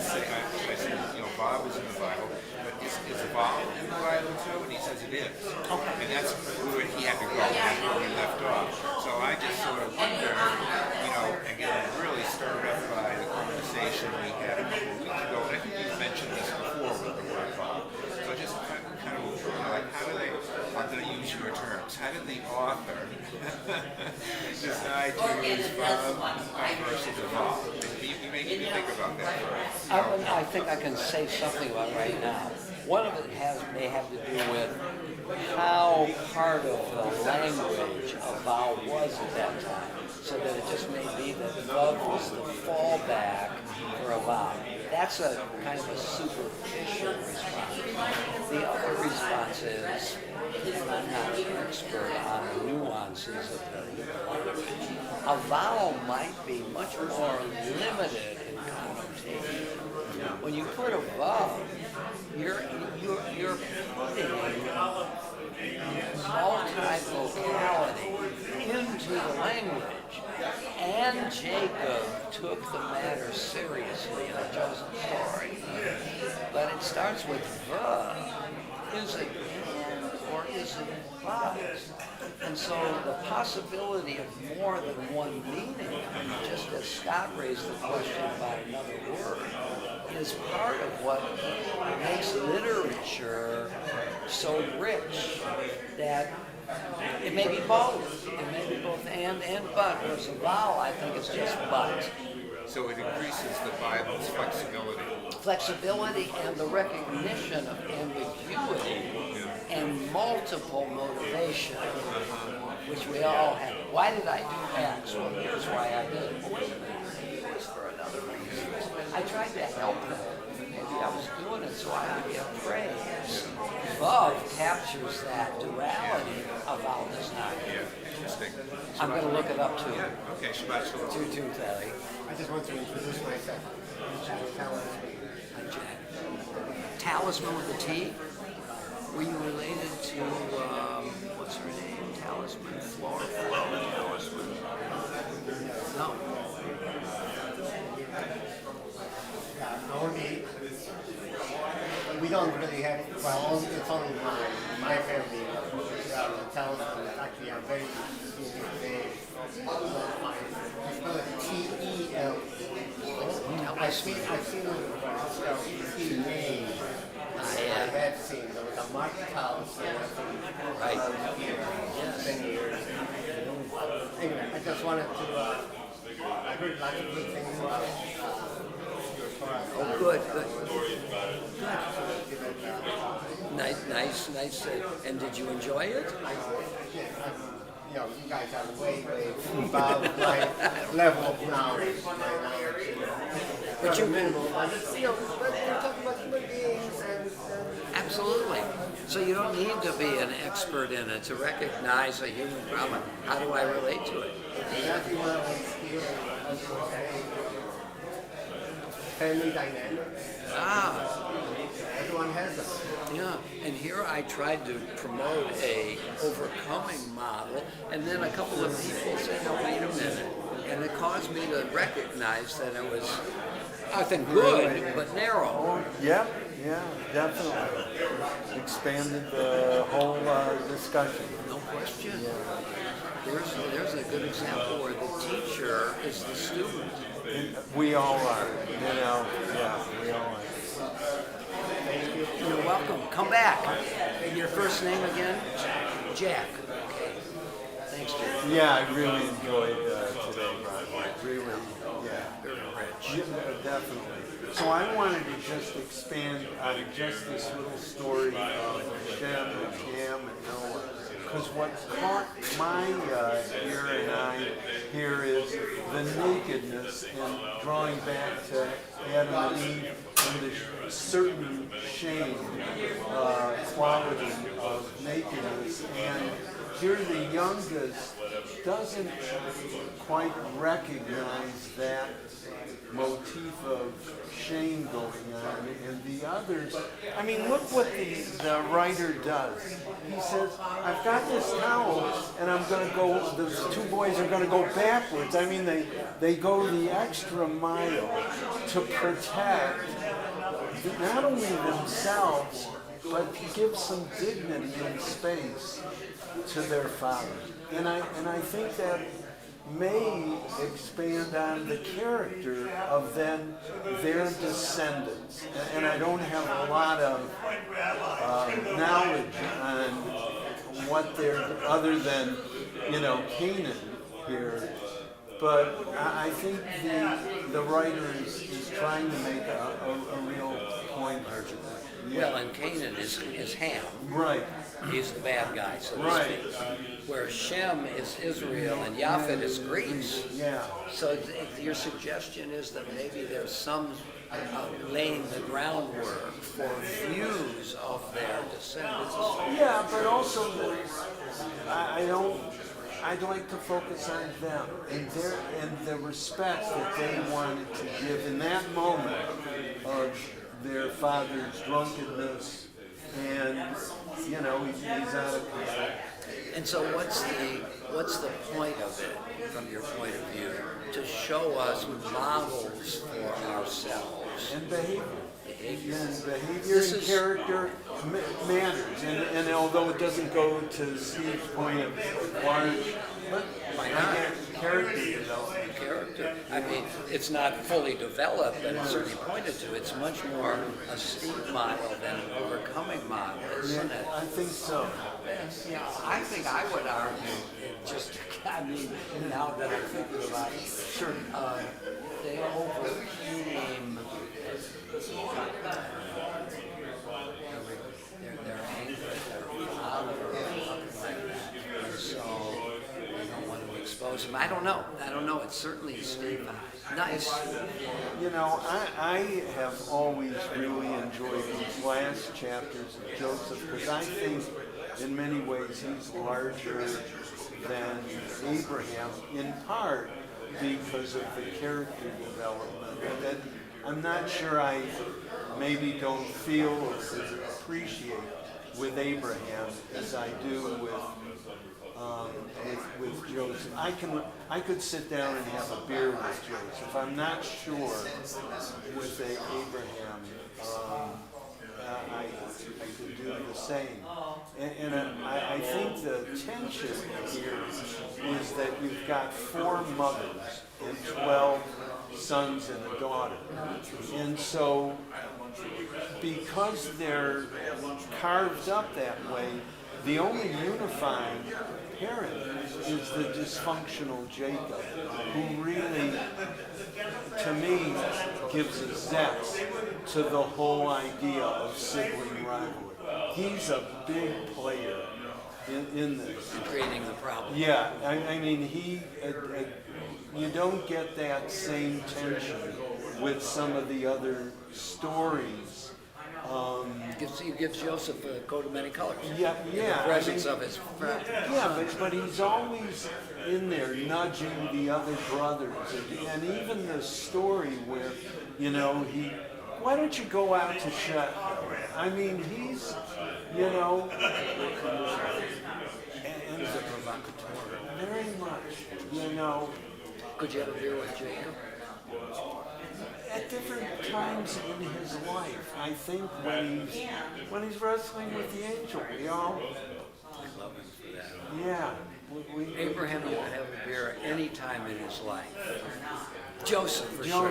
Joseph. Joseph's a real guy. Yeah, he really, and you see him in so many different settings with, the Pharaoh's wife, the baker in the jail. I mean, you just see he is such, I've started to take a writing class. I'm starting to take, over the 40-some years of working, I've collected a number of patients that they caught my attention. And so I'm starting to learn. I've never been a writer. But What about the patients? You're I'm taking writing. courses? I'm taking. I've started to take over at the South Euclid Library. They have a writing class. Yes. And so I've dropped in on that in my comings and goings. I've been out in Portland, maybe I mentioned, and this is so timely actually. Judith and Daniel, our kids. Daniel moved to Portland a few years ago. They wanted to get in the housing market. They were in Oakland, and it's just, very costly. Judith said, you know what? I want to be close to my brother. And so she and her husband and granddaughter, who were living in Denver for 3 or 4 years this summer, they moved to Portland. By the way, during the Shiva yesterday, I had a conversation with your brother. Yeah. Did you know that? I did. Yeah, Marty, he told me some of this. yeah. So Marty was very close with Dave Cope. It was, yeah. They were best of friends. He and Nancy for 55 years. So real tough growth. So what about? Susie and I this summer we got an apartment in Portland, very close to our grandkids are tiny little tots, so we're spending more time out there. We're really very fortunate, and they really enjoy being together. Sibling non-rivalry. You are. No rivalry there. It's really just a lot of fun. What's the age difference? Between Judith is about 22 months older than Daniel. Yeah. No, not at all. And it really it's a kick in the hand. It really brings a lot of knowledge. And you're taking some courses. Yeah.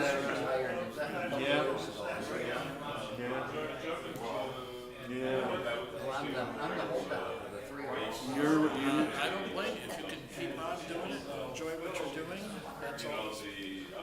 And healthy enough to do it. Yeah, boy. It's a gift if you have it. I was just saying to Chad, people all around us at our age are having one problem after another. Of course,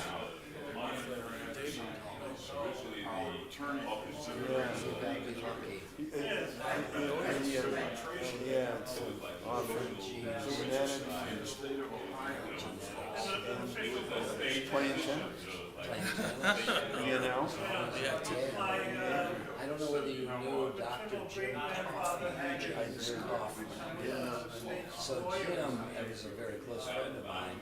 Said to me at one point, I have been running in my basement for 20 years, long before anybody else did it, for my health. He said, I believe it's given me an extra 2 months. 60 days. And then he made the point that genetics is involved. it's important to take care of yourself. Oh, yeah. Let's try it as best we can. We live in a Western civilization, Western science. And then you can help yourself, but genetics is destiny as well.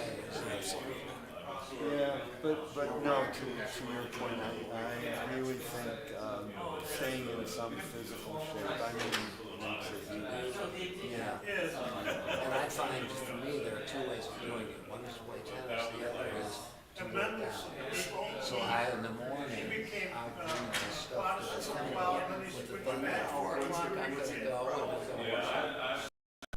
racket club. Oh, okay. And then at 4 o'clock comes, I say, so, if somebody is waiting for you, do it. Yeah. Not a lot of self-discipline about it. Well, boy, but without boasting, 5:36 in the morning, 5-6 days a week. Seriously? Yeah, oh yeah, I've been doing that for 45, 50. Yeah, my dad and his brothers all had heart attacks in their late 40s, and so it's sort of in my DNA. Well, I used to go to the Solon, that was a regular, but COVID changed things, so we were fortunate. We put a elliptical or cardio In the house. in the house with weights and balance stuff. Is that what you do now? I did it this morning. How long? That's why I was 5 minutes late to Roger. Yeah, I was wondering. Yeah, you what's know? going on I here? was saying to somebody, Yeah, close the doors now. Yeah, about 55 minutes. 55 minutes. Yeah. Every day? About 3 to 4 times. That is great. I don't have the elliptical, I just have the running. Treadmill.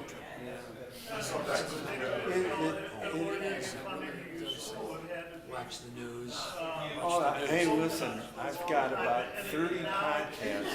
I've got, and half of them are Jewish. And it's, I only have you're, let's see. You have some good ones you can share?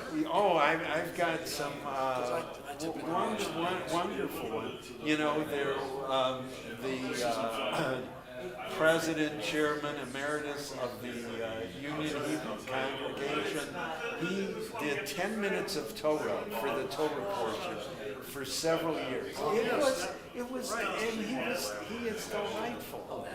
You know, he really. There's a lot of that stuff. Ismar Shorsh did a whole book. Actually, they were first of all was the chancellor of the Jewish Theological Seminary. You probably really love this. There's a woman, Dara something. Dara Horn. Horn. Why We Love Dead Jews.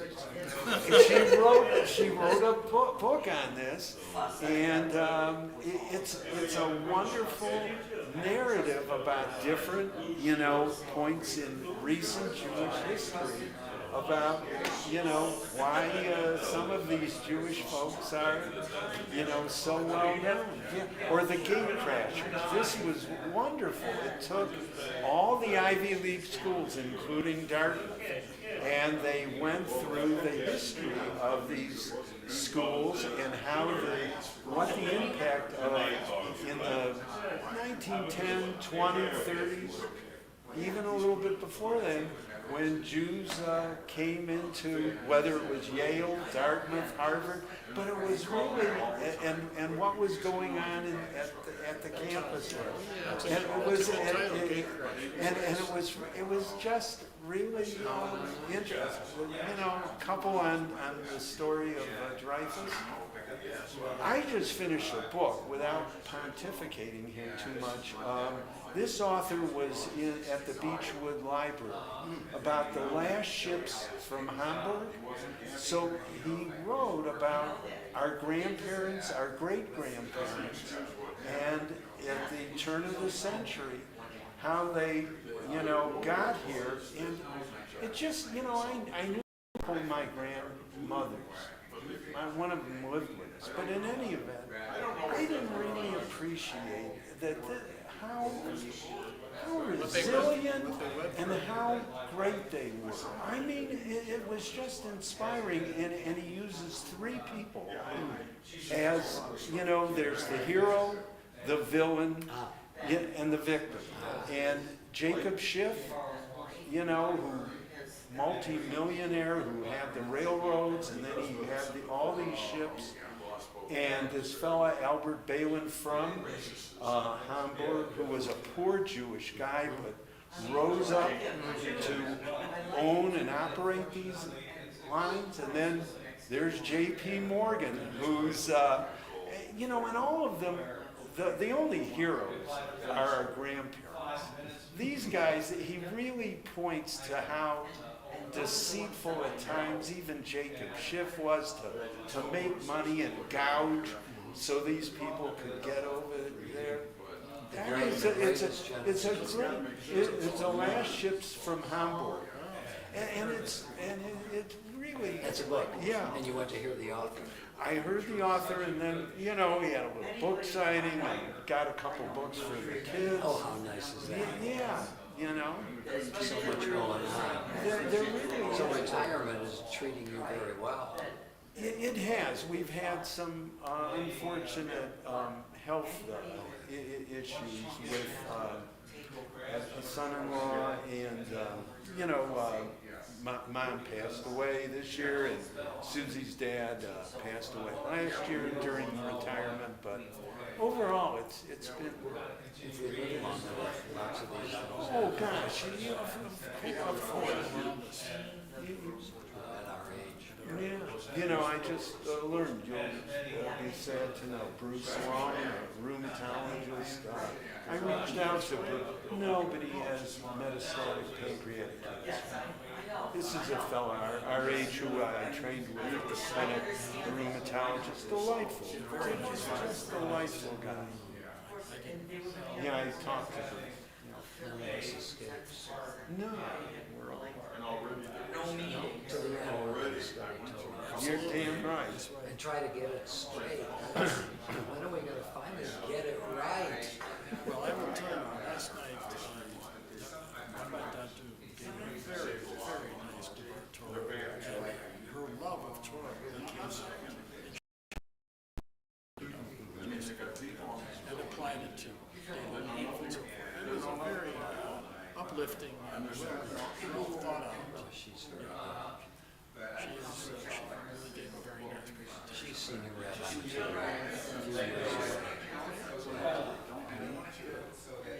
think she's great. Yeah. Yeah, that's on the horizon here.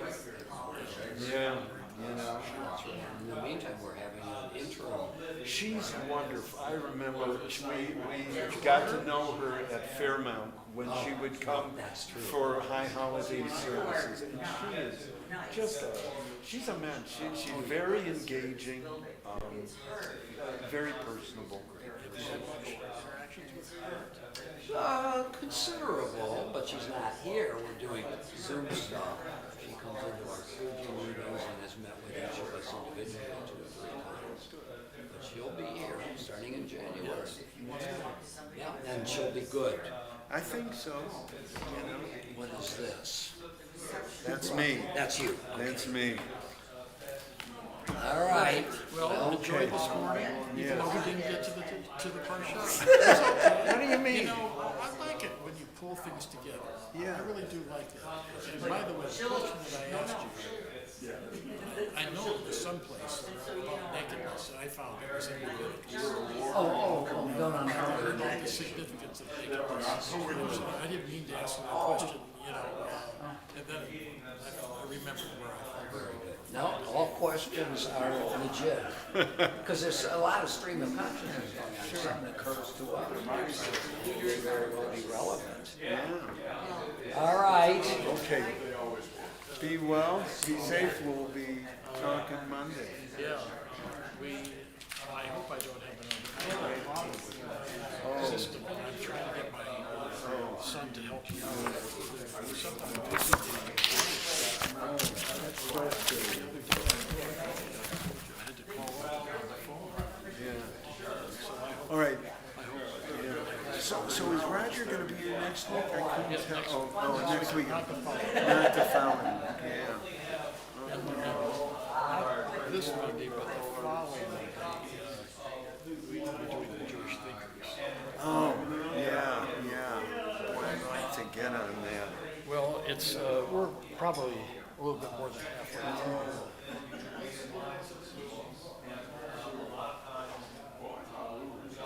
He did. But who knows why? Who knows why he's not still doing what he's doing? Yeah, he did. He did.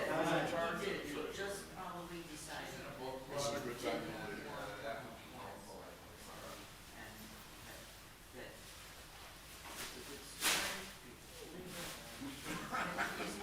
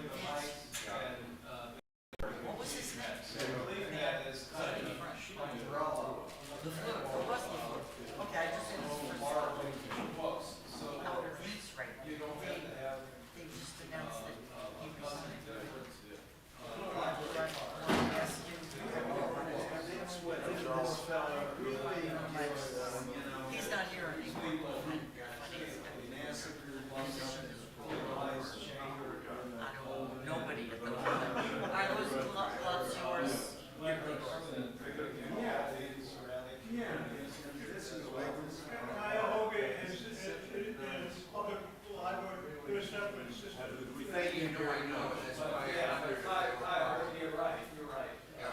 Cuyahoga. There's something like 13 library systems that are part of the Klein. Okay. Good. Yeah, and, my guess is that if there's One of the new libraries. the library probably contributes X amount of dollars to, have these, books electronically,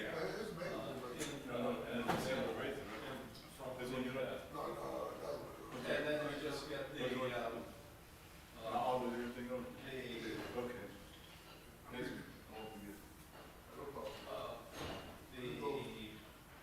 have to have the, app Yeah, on here, and it's called Libby. Libby, yeah. So, are you on, do you have that? Yes. Yeah. I don't have any of the other Cuyahoga, I have a Cuyahoga card also. you do? Yes. Okay. Because I go to the South Yucatan branch sort of frequently. There are book sales, you can get books that they donate for 50 cents. Yeah, yeah. Well, Twin Heights, yeah, they have a big rack when you walk in, you can, buy books. And they just had a mega sale a week ago. What we gotta do is this, child. I'm just over there, right? Well, I'm going in a circle.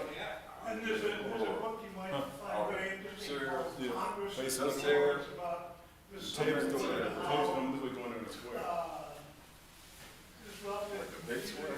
You're going this way. And at one point, One that don't fit on that side. enough Fit on this side. Protestant You're going on this side. ministers to serve I as know. chaplains.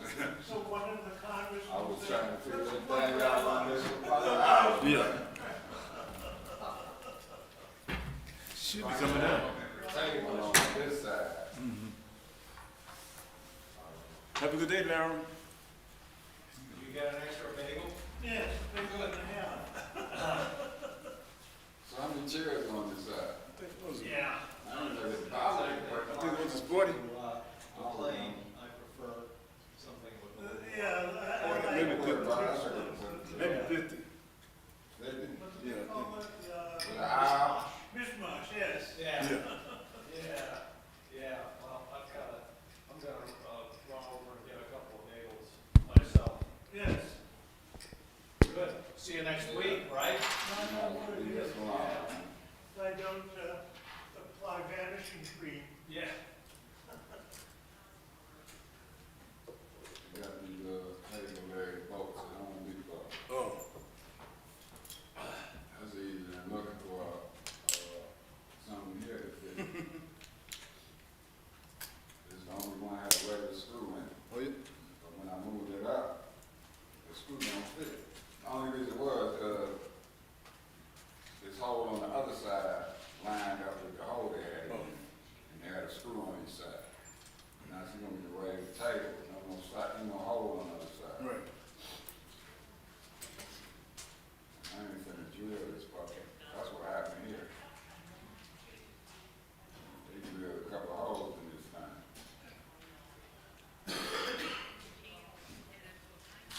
Okay.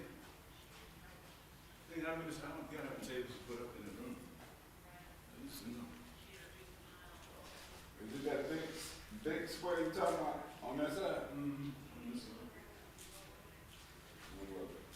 It's four on each side. Yeah, something right. Yeah. Oh, you remember? Because I had to do it twice by myself. Oh.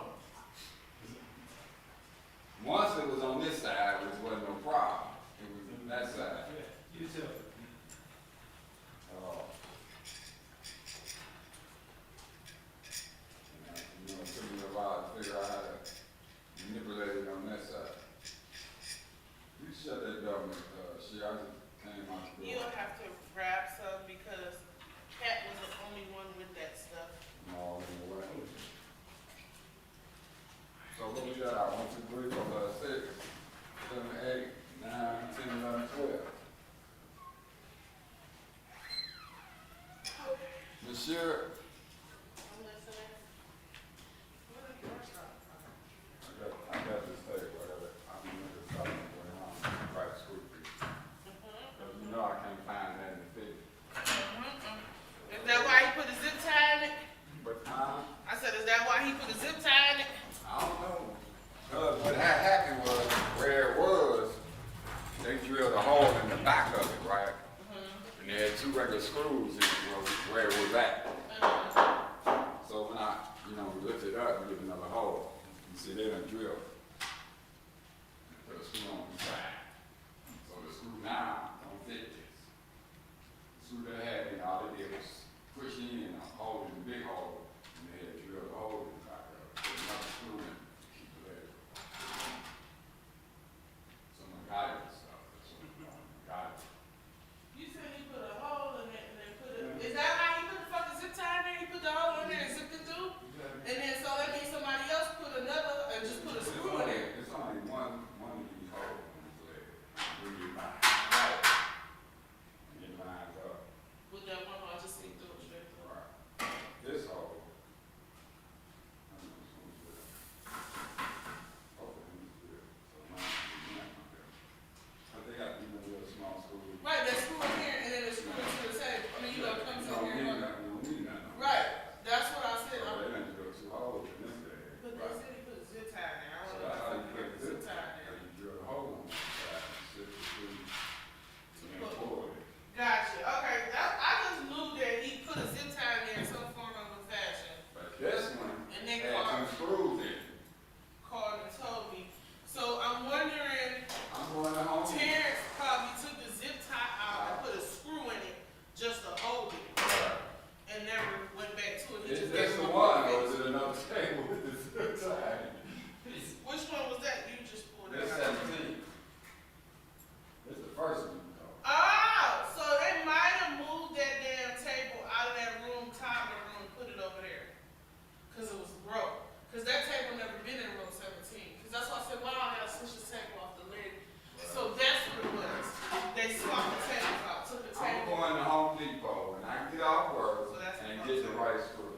Yeah, that makes sense. Cause I, Because I done spent 2 hours looking for a screw, and then not a screw in this bill fit this Yes. hole like I wanted to. and that's some shit Aaron could've went and got, cause he stayed at those. Understand? So the table is flipped up in the air. It'll be ready in the morning. Okay. If not, we'll just swap it out. If not, I'll swap it out. Sound like a plan.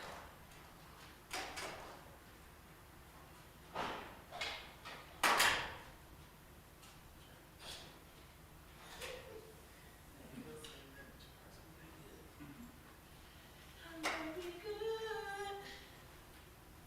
So they always do come, They didn't. Oh. they always, I'm surprised. I don't feel like spotting. I got a headache. I'm sleepy. I'm medicated. I'm hungry. I'm tired. I'm broke. It's the worst time of year. Shit. Everybody begging for money. Good, beg for money. Yeah. I gotta go search for a suit. Whatever. Shut Something up. to wear. Wait, so when you bury somebody, you gotta give them a shirt up to the neck, right?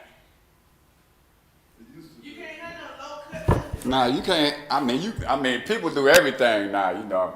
When I seen a funeral, I just know that. I was about to say that. I know they took my mom. They made us get. I seen something on YouTube. This stripper, right? She got killed. They put a battery operated booty on this girl, flipped her over in the casket, and the booty shut in the casket. Right. Wait. No, ain't no way, man. But you want to be dignified, right? Yeah. So yes. I gotta find her a suit, but it's gotta be red or black. Cause them her colors.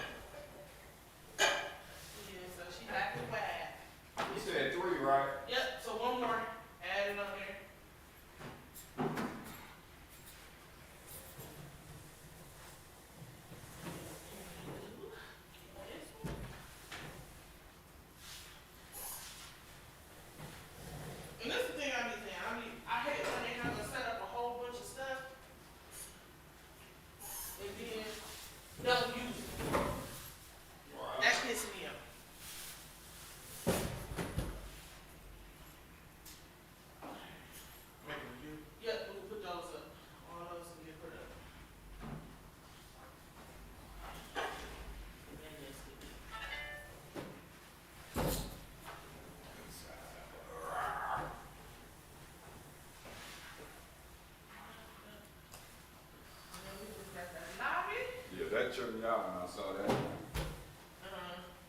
They got the stripper butt shakes in the cash. People be doing some crazy stuff. What we think is crazy is normal to the fuck. Right. No, that's crazy. Yeah, that is. I don't like how sometimes now they be having people, we don't need none of this stuff. The kids gonna be, we got a whole program in here tomorrow morning. So I think there's a rule. This the.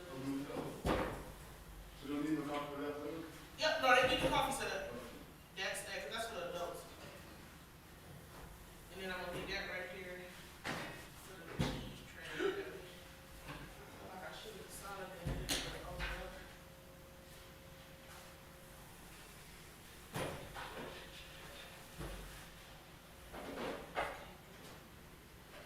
Just leave this and that.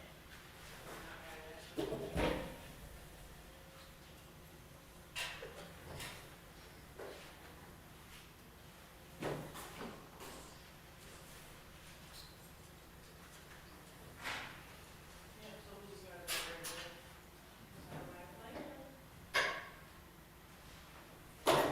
If you wanna leave, you know, you can bring cheese and stuff off, but leave everything else on there. Cause I'm gonna take this to the radical, that's here for tomorrow. And I got none after, after that luncheon, so we can just go ahead and set it up. Just add some tablecloths on there. Give me 2 packs. Add 2 packs on there. And that should cover us for that whole lobby situation. What else?